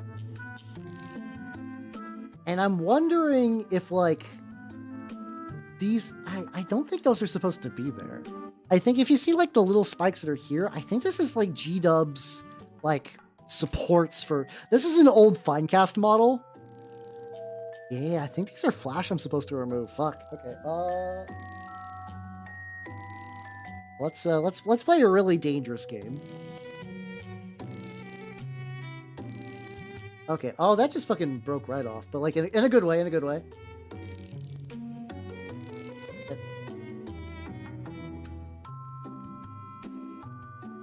I've never really like I've done some Finecast stuff before, but like not one that I had to do much of the clean. Like I have the Finecast Jazales, and those basically assembled fine. Yeah, okay, this is just weird flash. I guess I've just never noticed. Change, okay.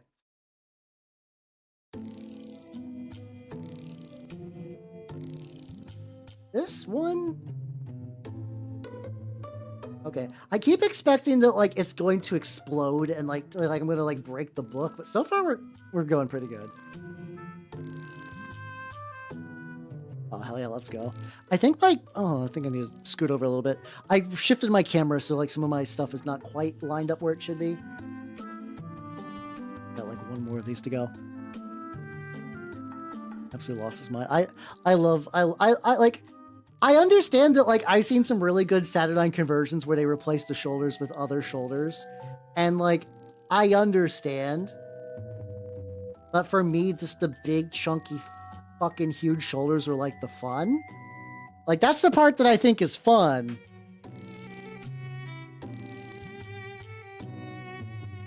Alright, so I think effectively what that leaves these at. There's, like, these are just going to be, like, little... Grab that.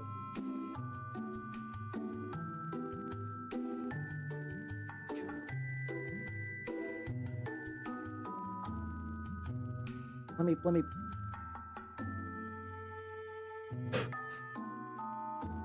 All right, there we go. I think we're back. I think we're Gucci. Big cheese of rat pill. What? Nonde. But yeah, what I want to do is I also have some like I have some stuff set aside to Kitbashed Amaragal, which is like the big. That's the dreadnought I really want to do one of these days. Is like I got some like things that I think I can Kitbash into it pretty well. Got some little bags. He's just got like a bunch of like I can't. There's like detail on this guy, but I really can't tell what the fuck they're doing. Oh, yeah, if you like Saturnine stuff, you should check out. Here's what my. Yeah, here's my Saturnine Praetor. He is a word bearer because word bearer best. I love my word bearer boys. There we go. The big fucker Argos. Love him. Love the lad. They said that to give him both the sword and the axe and the hammer. So I was like, you got it, boss. And now he's got both. He's also on a zine page. I still need to. That's another thing I need to do is I need to scan those. I also need to make a cover page, but I think what I'm going to do for Rot issue 0 is just like put that little house sticker dead center and just leave the page mostly white, except for put like Rot issue 0, and then just have like little goofy lad there.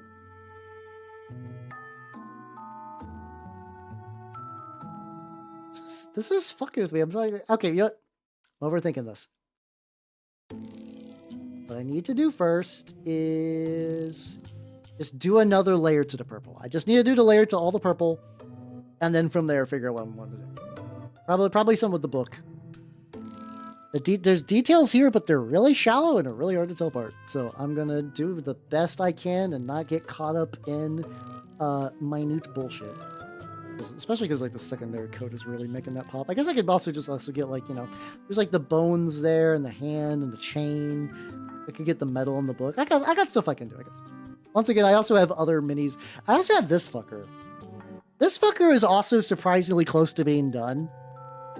I'm realizing that what he needs though is like, now that I've learned how to do that kind of like skin glaze. Actually, he might be. I don't know. Project paralysis. I have so many fucking options. I just need to focus. I get this guy done, I'm closer. I'm that many steps closer to having my Mordheim war build. Oh, just like a nice fancy cursive. I will fully admit that like immediately after the stream, I was like, should I get me a fancy pen? Should I get me a fancy pen? Like, fancy pen would be nice. Just like a pen that I can like, you know, like dip directly into the bottle of India ink and be like, let's go. I mean, okay, fucking enamel does work. But the thing is, like, the model needs to be effectively done. What fucking enamel can do is sometimes if there's, like, a little imperfection, like, there's, like, you know, like, oh, I forgot, like, a little bit under the armpit or whatever, or, like, oh, there's, like, a little bit that chipped off. Fuck it, enamel time does legitimately kind of, like, deal with those kinds of issues. But, like, if I enamel at this point, there's too much of the model that is not, like, complete. And that'll look pretty bad. That'll look pretty bad. Standard handwriting. I could just take, like, the problem is I as much as I could just take like one of my markers and just write rot issue 0 on it. I do want to give it a little bit. I do want to jazz it up a little bit. I do want to give it like a little something. Like you know, it's just like for context for people who might not know, I did last Sunday, I did my first practicing on how to make a zine. Or basically, like, I saw some stuff on, like, zine making, and I just did a bunch of that on stream. And I thought it was really cool, and I was like, I want to compile all that into a PDF. And then, like, Evil Steve was like, hey, you should call it ROGHT. Like, WROGHT. Not realizing that there was an inherent pun in there. It was just like the pure font of knowledge just kind of tapped into Steve at that moment. It was like, I will bless you now. I will bless you now with a beautiful pun. Steve was the conduit of divine wisdom, and it's a really good name though. I am very thankful for that. It's a really, really good name. Like, yeah, maybe like a glass pen or whatever would be like a nice kind of pen for that sort of dealio. I'm still shocked that pun was an accident, because like it was so good that I was like, you're doing that on purpose, but you know, I approve the purposeful pun, and you're like, no, this is an accident. I was like, oh shit. Oh damn, okay. And there we go. How you doing, Dark Muffin? I'm painting a rat. You know? Like I do on my stream. I paint rats and nothing else. Definitely not working on this chucklefuck, who is drying relatively quick, actually. I still want to give it a bit more wiggle room to kind of like really do some touch-up work. Like I said, probably things that need to be done. Probably dry brush the dirt a little bit. Maybe add some extra details. Definitely need to goop out the little joints of the legs to kind of make them look more yeah, kind of like more buggy. Maybe some additional work. Oh, it's still very wet in the back. Okay, that's fair. Well, I was thinking about, so like, here's the thing that's bad for a lot of like people who do a lot of creative like indie things. They're really bad with SEO, and like not like basically just making it so that like if somebody was like, oh, I want to look up rot, that they would just Google the word and then they would like not find anything. So I was thinking about just legitimately writing like how presents rot as like an easier way to find that kind of thing. So I was like, that's probably the better way to do it. So just like how presents in little tiny text and then rot. So yeah, this is another one of my turnip Gene Stealer cult guys. I think he's like pretty close. I did the thing where like I'm pretty sure I sealed him before I dry brushed, but it did lose a lot of the kind of like weird pale skin. Which I think what I can do is this was Dark Ivory from Pro Acryl. I think I'm gonna try that glazing stuff I was doing earlier today with it. I think. Hey Josiah, yeah, I could do that. That's also true. I could also do Rot 28. I feel like Rot 28 should be saved for like an actual game though. Like if I ever make like a 28mm skirmish game, which I think that'd be fun to do. The tricky thing for me making a game like that is I don't know like what niche I feel needs filled. Like a lot of these kind of games are like, you know, there's a lot of people just kind of doing whatever. And like, I think just kind of like following your heart and making shit is neat.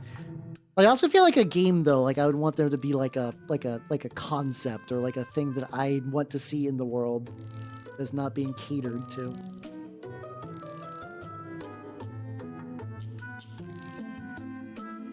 This might be a little too strong.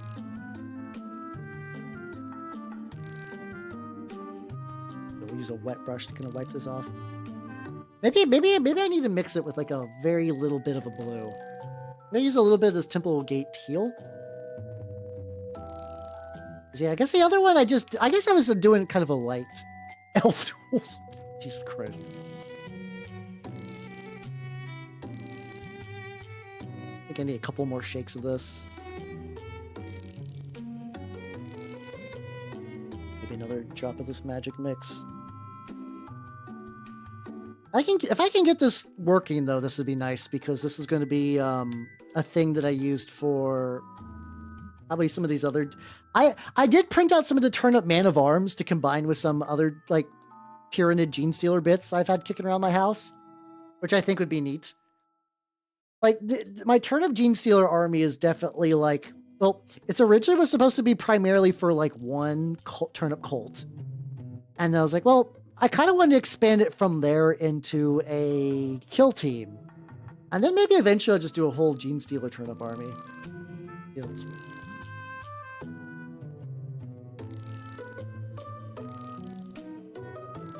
A bit on there and it's kind of like...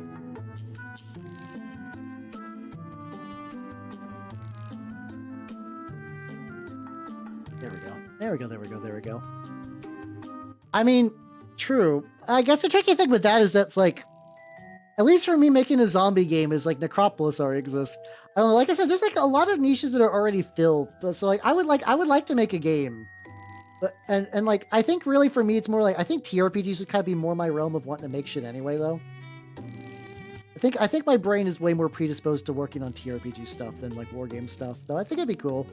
It's also tricky because as somebody who likes a lot of smaller war games, is that like technically making your own wargame fragments an already fragmented, like, group. Yeah, my turnip stealers, exactly. Tyrannips, oh no. Oh, those guys, the sniper guys are actually, they've seen use on the table. They actually done pretty good in a big local turnip event. So they do be doing shit. That's been good. That has been good.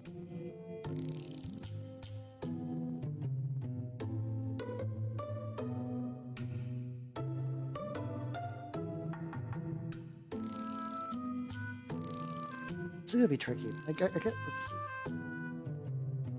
Yeah, it's like I could use more magic mix. I could blend a lot more. This is tricky. This is interesting though, because like I think I lucked out for the exact amount of glazing that I was doing on the other guy. Like I could also bring just a bit more. Because basically what I want this to eventually have is like a kind of like a white tinge to it. Like a kind of like really sickly pale sort of like afterglow. Which right now I'm trying to like build back up to a little bit. I think maybe I'm gonna need like another splash of that magic mix or whatever. Also, Steve, have yourself a good night, yo. Pizza. Oh yeah, especially if you're feeling tired and like pizza good, but pizza's also like I've had pizza, I will now sleep. I will now have the biggest fucking nap. But yeah, have yourself a good night and take it easy, yo.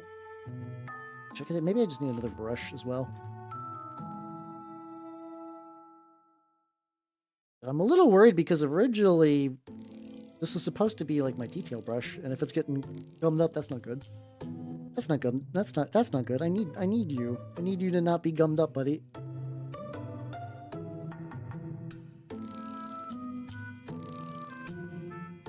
Could also be a thing that like maybe the stuff I'm doing will just dry. Oh, see that turned out pretty good.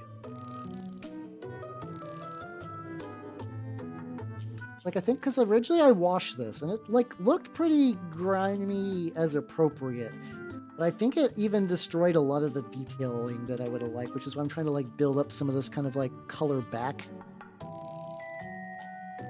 Yeah, oh god, I've done that before. Like it's like sometimes like coming home and falling asleep in a chair is the weirdest feeling because you're like it genuinely feels like time dilation. You're like, oh, what the fuck?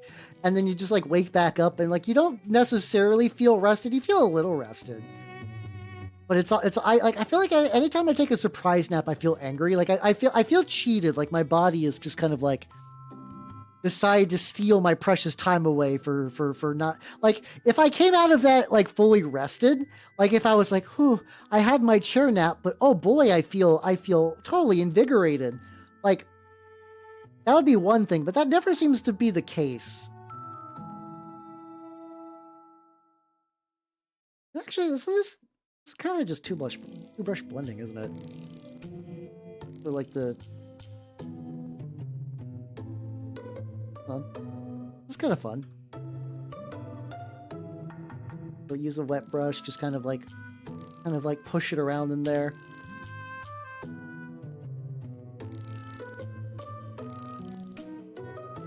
I think at that point though, I actually got like the right level. Oh, there we go. Yeah, how you do? Like, yeah, it's like I see. I feel like that with every nap now. Like my old man body is like, how you want to nap, right? You want to nap so you'll feel big and strong, and you'll wake up and you'll feel revived. But that's never the case. I always wake up from any nap feeling significantly worse. Like I just feel genuinely bad after I take a nap, and it's like, and the thing is like logically, I'm like, oh, I should never do that again. I'm not going to feel good.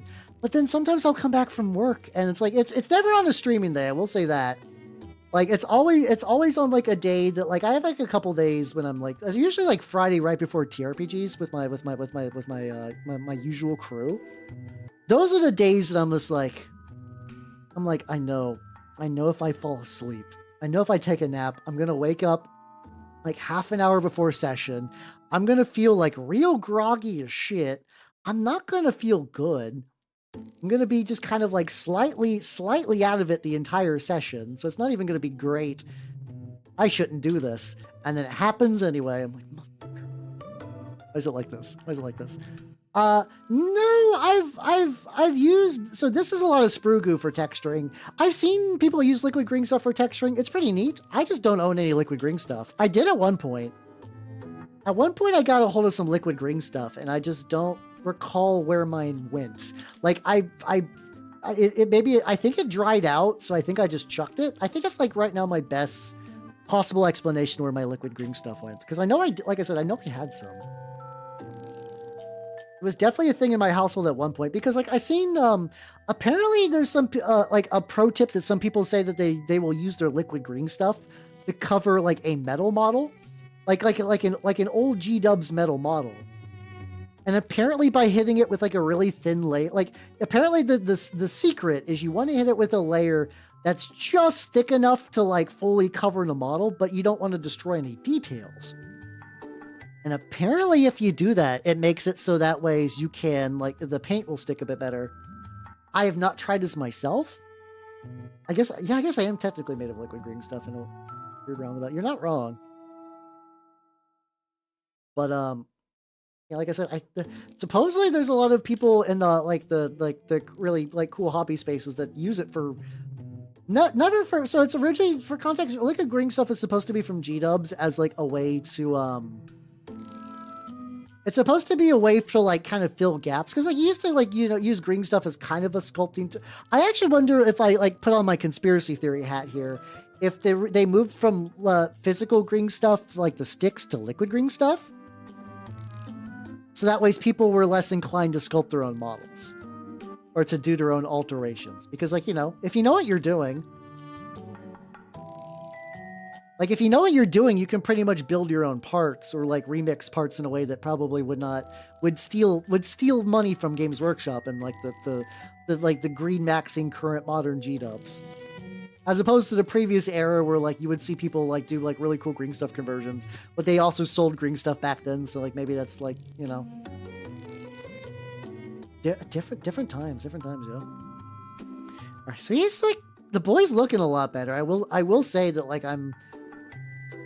because I'm like, I think because I always, these guys always have a bit of like a white chill to them. I like the Tamiya plastic putty. So like, for me, I have different uses for them. For me, Sprue is like a brute force, like gluing method. For me, it's like a gluing method, gap filler. I can kind of go a little haphazard with it. Like, it doesn't matter too much. It's very nice, but like Tamiya puddle definitely, especially if you thin it out, with the same like chemical stuff you use to thin out to create Sprue goo. Which, by the way, that's just paint. You can it's airbrush clinger. Airbrush clinger is basically the basically the same stuff that's in Tamiya extra thin. So if you ever need to get some Tamiya extra thin, just buy you a bottle of the Tamiya airbrush clinger. It's like $10 and you can just use that to refill constantly. It's great. But yeah, let's see. Let's say okay, here we go. This guy is not done yet. I think I show him every now and then. He's on the boy howdy someday I need to finish this pile. So this is my turnip dragon chicken thing. So what I did is normally this comes with 4 heads, and I was like, I'm gonna use every head at once. So also there's some weird gap welds because this is before they cut the files so that would fit a 3D printer, small one.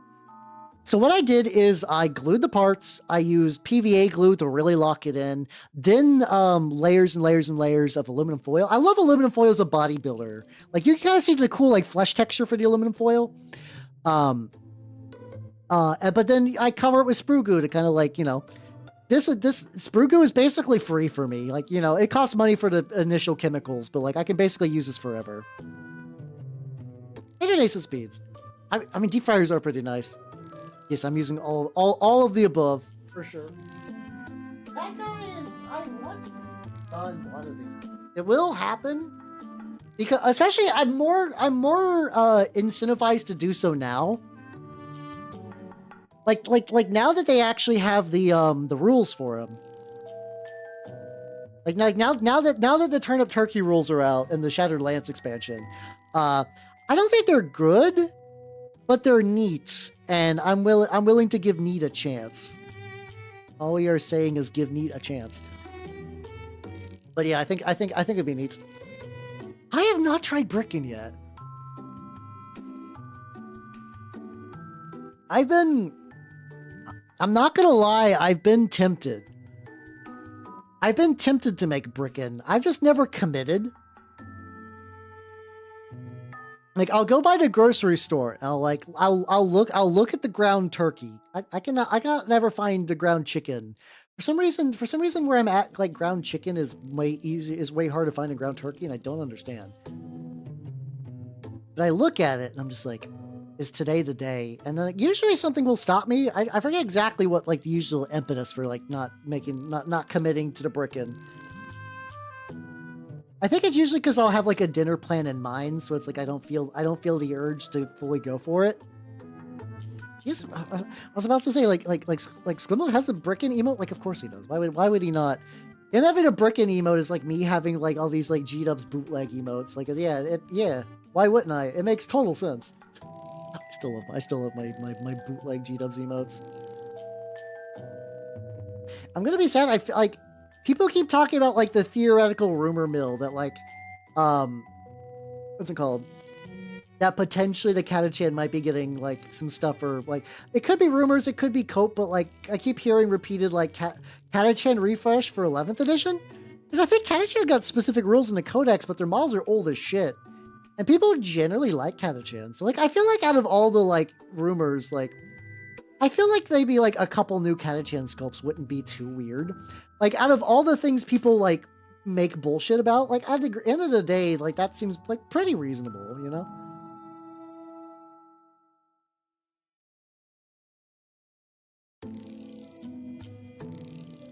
I feel like, well, I also wonder to a certain point if I might just be like adding too much. Like if I'm kind of like bringing up the highlights a bit too much.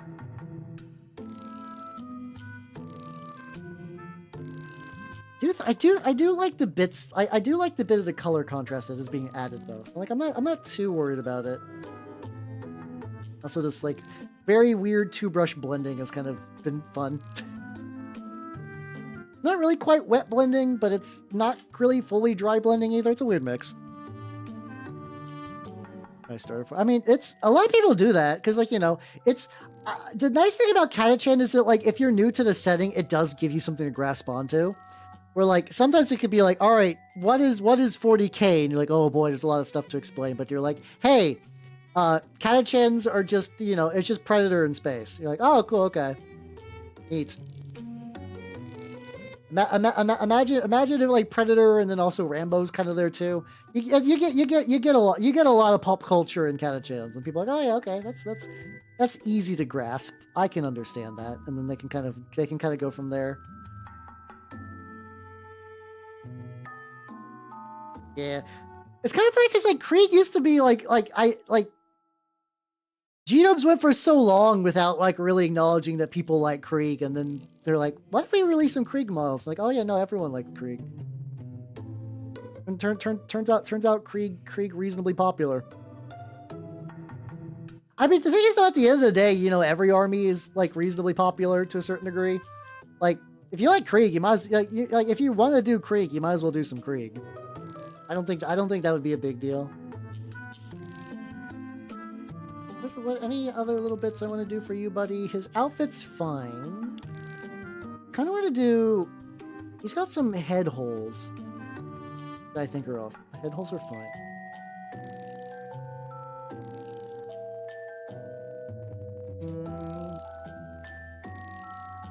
I could do a little bit of touch-up on the plates, but I kind of already see those.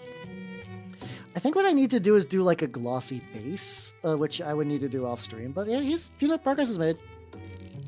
That's true. Agents can kind of just wing whatever. So I'm gonna go back to these guys. These guys are how strong is the still wet? Fuck. I was like, I'm gonna go in, and like, no, it's still very damp. Still very damp. Back to rats.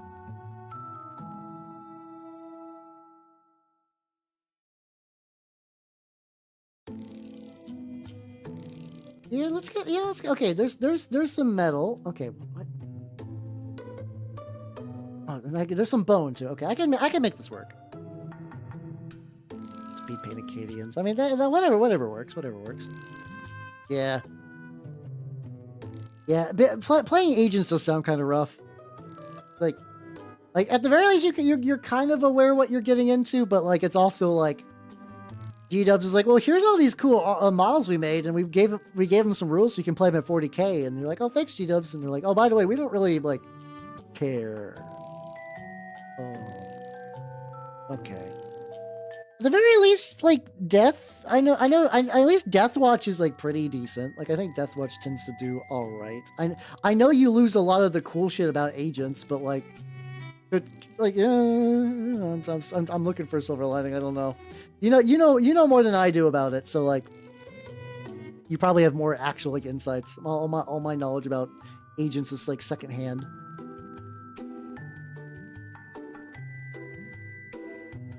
Is there another fucking gate? This model is just like it's just filled with little areas that like they don't look that strange. Yeah, the fact, at the very least, I think the fact that people like bullied them. I also to just keep it. I also do wonder if like this could be bad. Do I dare? Yeah, that one I might just try to do like a something else to touch that up. Oh, I could get some of the turquoise too. I could, yeah, some of the. Okay, let me do the chain. I'm getting distracted. Because like the reasonable theory is that Astartes 2 is going to be about Deathwatch anyway, though. So like, okay, I about made the sentence if Games Workshop was smart, which is like, oh no, wait, fuck, god damn it. Like, you would assume that like in theory, you would assume that like, hey, if they're gonna do like a really cool like animated series that people are really hyped for, that covers a very specific army, that they would probably do something cool with that. The idea that like the G-Dubs would be like, yeah, we're gonna release a Deathwatch like big feature oh yeah, but also we're gonna squat Deathwatch. It's like such a weird choice. I don't know. I think at Games Workshop was that one line from Barkley where it's like I think it's something like I think ghosts are like cats and just kind of do things arbitrarily. I think that also sums up G-Dubs, you know. Which is an army. Hey, let's go. I do not know much about the Enthroned Walker leaks. I don't know what that exactly entails, but fuck it. I'm glad you guys are getting fed. Hell yeah. No way to. I mean, well, the thing is, like, they didn't really get like full squatted. They kind of got that. They're in that like weird limbo zone. They were in that weird limbo zone of like, oh, you know, just they're like chaos demons. They'll be around, but they're not really gonna get like a codex thing. Ha ha ha ha ha ha ha ha. And then the backlash. The backlash. I think it's also because they're Marines. So they get that Marine support. So have a good night, Fuber. Take it easy, yo. They do. That's like I can't, that video that of like there's that one fucking the Jovanovich guy or whatever who did that like Trench Crusade corporate speed run failure to like whatever. And like I keep getting people asking me about that, and I still haven't watched it because I don't want to, because I know I'm not gonna enjoy it. Just because I find that kind of like basically it's the same shit where it's like, yeah. Every company that makes tabletop games is going to fuck up a lot. It's just that people give G-Dubs extra leeway because they were there first and they're the most invested. Also because you get spicy hot YouTube clicks. If you talk shit about Trench Crusade from a very specific demographic, they will give you some extra clicks. And it's like G-Dubs is going to continue to fuck up. I don't know what the latest G-Dubs fuck up is. So far they've been all right. I remember there was some blowback about Grotmas being kind of lame because the first, last year's, 2024 Grotmas was legit, and then the Grotmas after that was kind of dumb. Really? Okay, that's news to me. The fucking the Abyssinians, is that really it? That's a shame. They're really cool. There's like 2 people in my local area that play them. One of them is in this campaign I'm in. I've not fought him yet.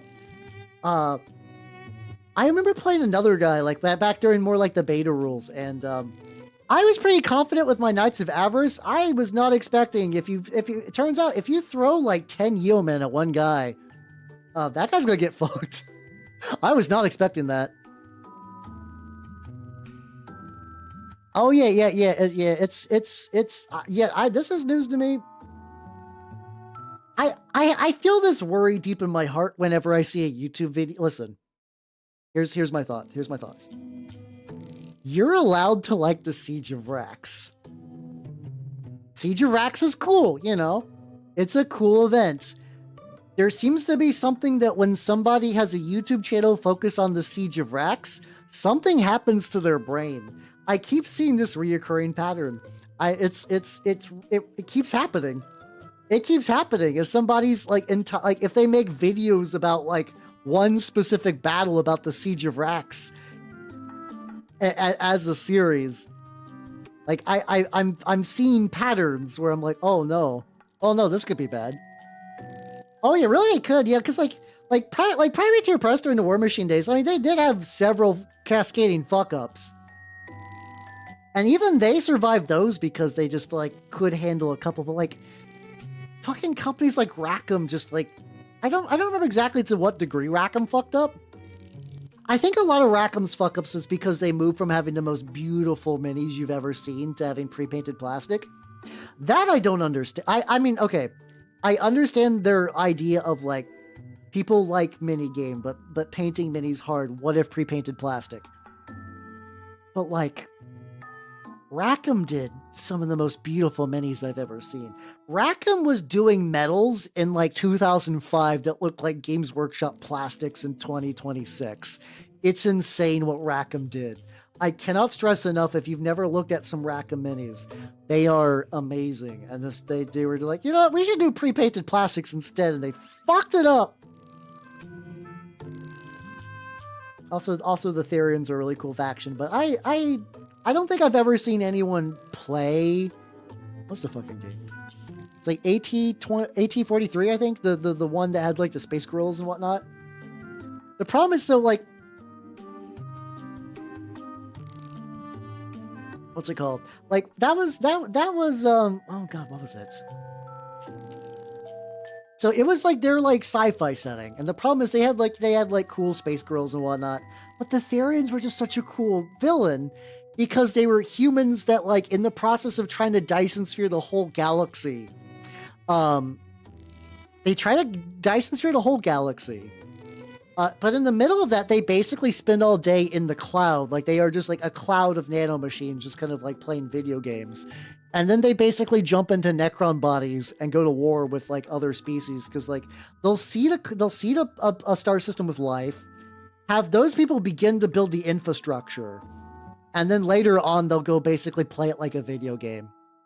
Oh, is he doing that? Okay, that would explain a lot. Once again, the pattern signs of the Siege of Rocks. Something I actually do want to do. I do actually want to read the Siege of Rocks, but I'm saying Vrocks. I don't know. What I really want to see is, so like there's that. There's the Bad War. There's the Anphelian Project, the one where basically they tried to Jurassic Park Tyranids, and you know, hey, everybody who knows anything about Tyranids or Jurassic Park, I bet you can guess how well that turned out. It didn't turn out very well. No, not really. Because like the thing I'm very curious about is like a lot of those are like very fondly remembered. And I'm curious, like, what, like, you know, I know some of it's probably nostalgia. Like, that happens to a lot of G-dub stuff where, like, sometimes the cultural capital that, like, you know, like the Bad War has is because it was during a very pivotal part of Games Workshop. And, like, when, like, so you got the brand recognition, but you got Forge World just, like, off their leash enough that they could be kind of creative with it. But I'm curious if, like, because, like, I think it'd be kind of cool to do, like, a similar thing. Just have, like, because, like, just I think some of my favorite parts about whenever anyone does any is like, you know, Horus Heresy is like pretty neat and everything and whatnot, but I really like it when somebody is like, okay, so I'm going to take this portion of the galaxy, I'm going to do my own thing. I'm, you know, I could use like other, because like I like Peter Fehevari and his like kind of like He does that with his Dark Coil, where he just has his own, like, he has his own section of galaxy and like reoccurring events and like stuff like that. And like, that's cool. I think, because like, I think that's a sauce. I think that's a sauce because like, when you hear about like, especially like modern big 40K stuff where it's like, and then every faction fought every other faction. Gilliman was there. Eldar were there. And like, to a certain degree, I even think, I think Vrax has that quite a bit too, where it's like, everybody's fucking on Vrax. Like, mind you, you don't get a lot of, like, the big name characters, which just kind of gives you a little bit more wiggle room. But, it's like, you know, I know a lot of the Bad War was just backstory for Huron, and, like, Huron was, like Huron was already a character in, like, earlier Chaos Codices. But I think that idea is neat. Like, just really sit down and sort of figure out what was, like, the kind of, like, basically sort of figure out, like, what's the magic to those and see if that's something that can be, like, brought forward and stuff like that.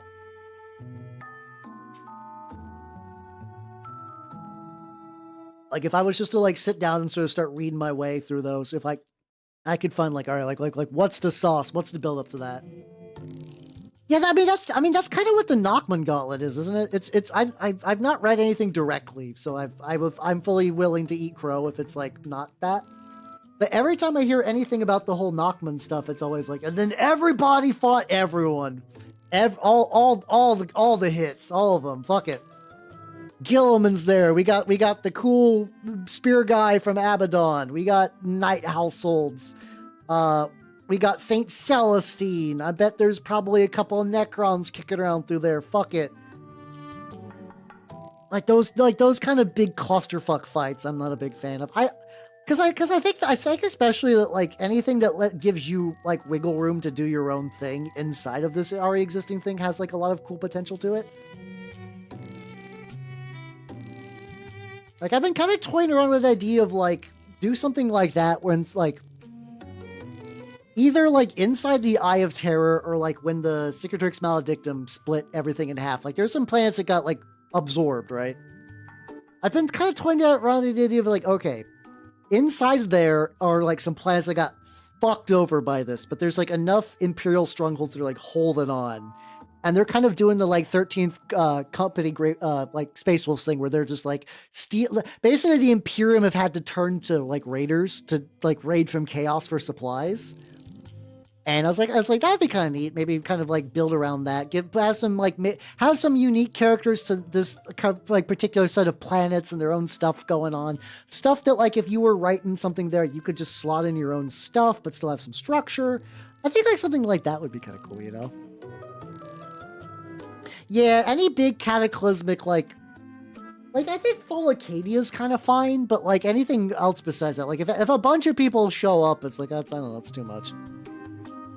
Maybe I am gonna work on this.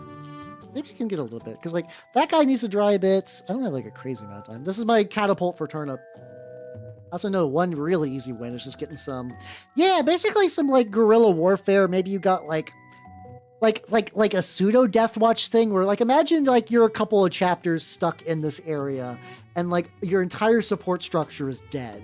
So you kind of effectively will form sort of a you form effectively kind of like a pseudo Death Watch where you're all like you got like your kind of remembrance of your old chapter, but you're still kind of like fighting like a war of convenience and survival and stuff.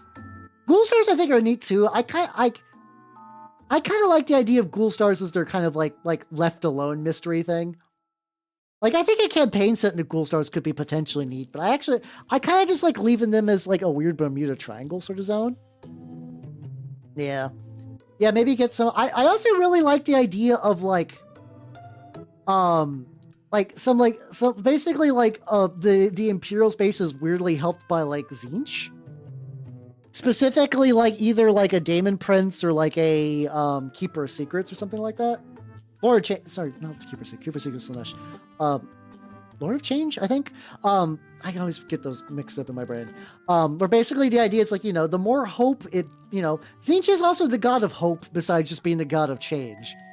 So you kind of build up that little layer of hope in there, you know, just kind of like, you know, and then, you know, maybe kind of just every now and then just go and just like snatch maybe like a really cool looking, like maybe a Marine that's got a lot of potential for some trickery and stuff like that. Maybe even do some fuckery where like those like, you know, you got Tzeentch cultists masquerading as like an Imperial Guard regiment and helping out the Imperials and stuff like that. Hope isn't edging. No, why? What led you to connect those neurons together, you horny fuck? Why? I'm talking about my cool campaign idea, and you're talking about edging. Well, like, you know. But like, you know, so something like this is very like loose in my brain. I could do something else. It could just be cool just to pick a couple of planets and like just make up a bunch of planets and make up like a whole thing, you know? Make up a whole conflict, maybe kind of like bring something, I don't know. And I basically what I'm saying too is I think a lot of those I think the black books and like the not black books, sorry, the old, yeah, no, black books there's a heresy black books, but I think I'm thinking, but anyway, a lot of those like old Forge World books where they just kind of made like a really cool like little setting to play in. It has some potential. And I think for that, even though Vrax is kind of a every army shows up clusterfuck, I think it probably is still some cool ideas to like mine from that. You know? Yeah. I mean, orcs would probably be doing, but like, yeah, maybe there was like a wall that got trapped in there, you know? Ah, fuck. Yeah, maybe like a wall's trapped in there, or maybe like, or could be like, imagine if getting so, like, cause like orc freebooters have always kind of been a thing. Like bring fucking orc mercs into there, where it's like the imperial like holdouts within, yeah, the imperial army. That's what I mean. They maybe the imperial holdouts are so desperate that they're like, well, compared to chaos, orcs aren't great. Or maybe like the Marines would hate that. But maybe if you're like a very pragmatic guard guy, maybe you're willing to maybe like cut a deal with the greenskins for a bit. Just for survival reasons. Maybe not when the Marines are looking, you know?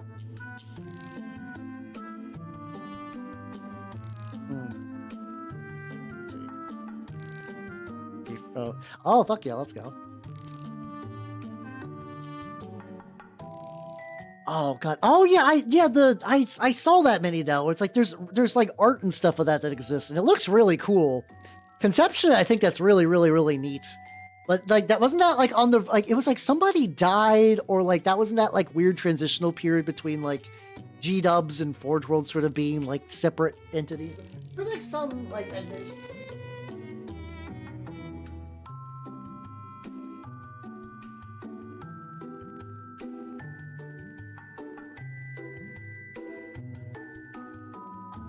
so I was thinking about adding some like little tufts as well to like the base, like kind of like around like here and stuff.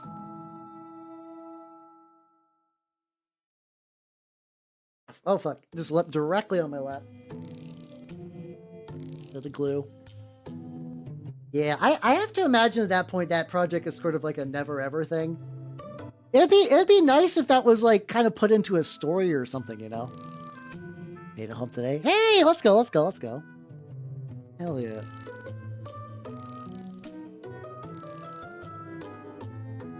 Oh, like, a mosquito. Oh my god, Jay, fuck off. Fuck out of here. Have a good night, Jay.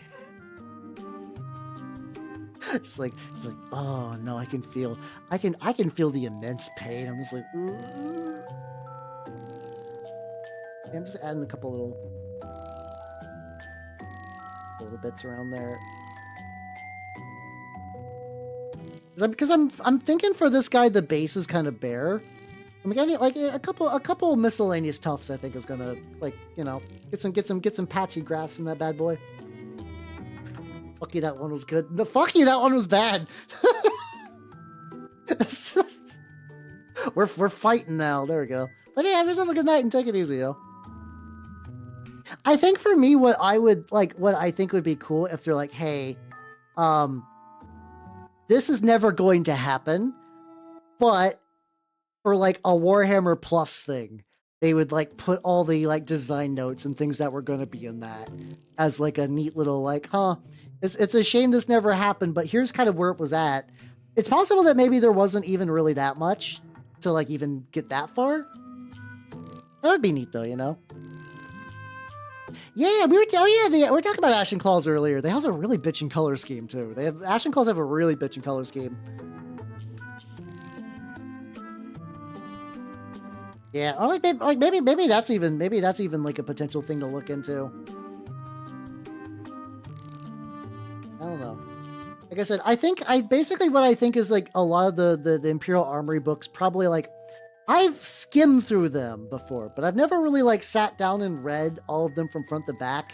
And I think the tricky thing is like a lot of times the takeaway is usually more like what lore is in here? Like what can I put on like a wiki page? And mind you, people like use them for campaigns and stuff and like legitimately enjoy them.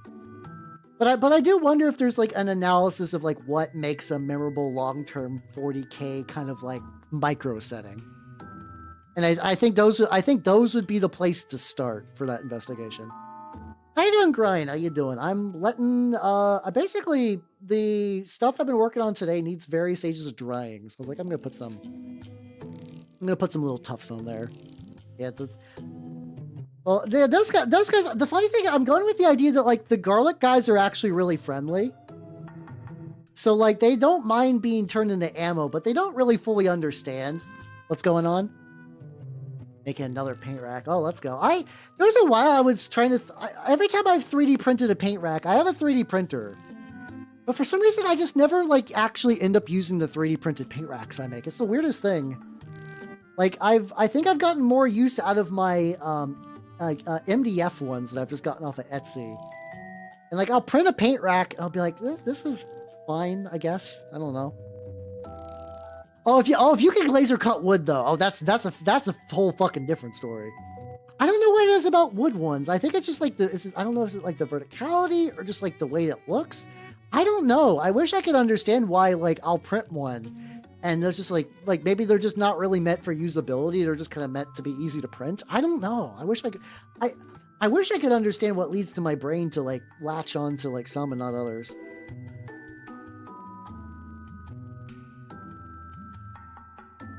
Let's say these tufts are actually doing a lot of work. Probably eventually go back. Like I'm kind of doing them sporadically. Like so I need to get a bigger one too. There's usually these come with like a big tuft, but like all the big tufts were used for probably that's dude's back if I had to. No, those are the lighter ones. I can tell they got that like little light tintage on there. Stick one. No, go back. Go back.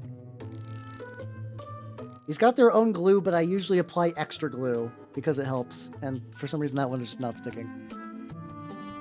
Yeah, God, yeah, no, space is always kind of the tricky thing with my hobbies these days. Like space and time is usually the big thing. Every day it's kind of interesting because I'll hear like people like on like podcasts and stuff I listen to talk about like, I feel like objectively I should be getting more burnt out or tired. Like it's like people who are like kind of almost do this for like borderline a living sometimes, or even like pretty cash, but still are like really creative people. Like it's weird because like I feel like I should be hitting that, but I'm not. Well, so you were able to get it though, right? You got it back. Retrieval mission was successful? Question mark. Hopefully so. Hopefully so. Like a bit of red. That's kind of going off that a little bit. I'll need to leave that a little bit open. You did get it though. Fuck yeah, let's go. Hell yeah. Hell yeah. Hell yeah. Hell yeah.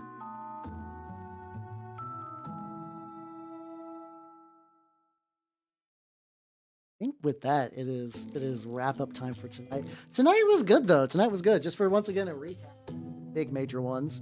I wouldn't count this guy's a major one, but I do think that the tufts are kind of like helping quite a bit. He'll probably be what I paint on Sunday. So Rat got a little bit more. Rat. This guy got glazed some more. I think I need to do some base work for him, and he's otherwise like I'm probably just gonna wrap him up. These two chuckle fucks need to be sealed before I do anything else, but they also need to dry first. But otherwise, looking pretty good. Looking pretty good. And then the big boy himself, looking real fucking swanky. Hell yeah! I'm gonna do a little bit more touch up on the candle wax a little bit. But there'll definitely need to be like a part 2. But once again, this guy is like very playable in this state. I can definitely up him up, but like, hell yeah! And with that, let's pause the music and let's go. E-chatting screen. All right, thanks for coming, everybody. I had a lot of fun. Schedule some Thursday. You know, everybody loves Tumma Thursday. On Tumma Thursday, I am going to be. I am going to be working on some. I'm going to be playing Imadoki no Vampire Bloody Bride, which is a dating sim that I've been enjoying the fuck out of. And then on Sunday, I do need to finish the big Catapult Boy. So that legitimately might be my Sunday project. That might be my Sunday project. So yeah, I look forward to both of those things, motherfuckers. With that, everybody on the YouTube side, have a good night. So bye, YouTube people. Bye bye.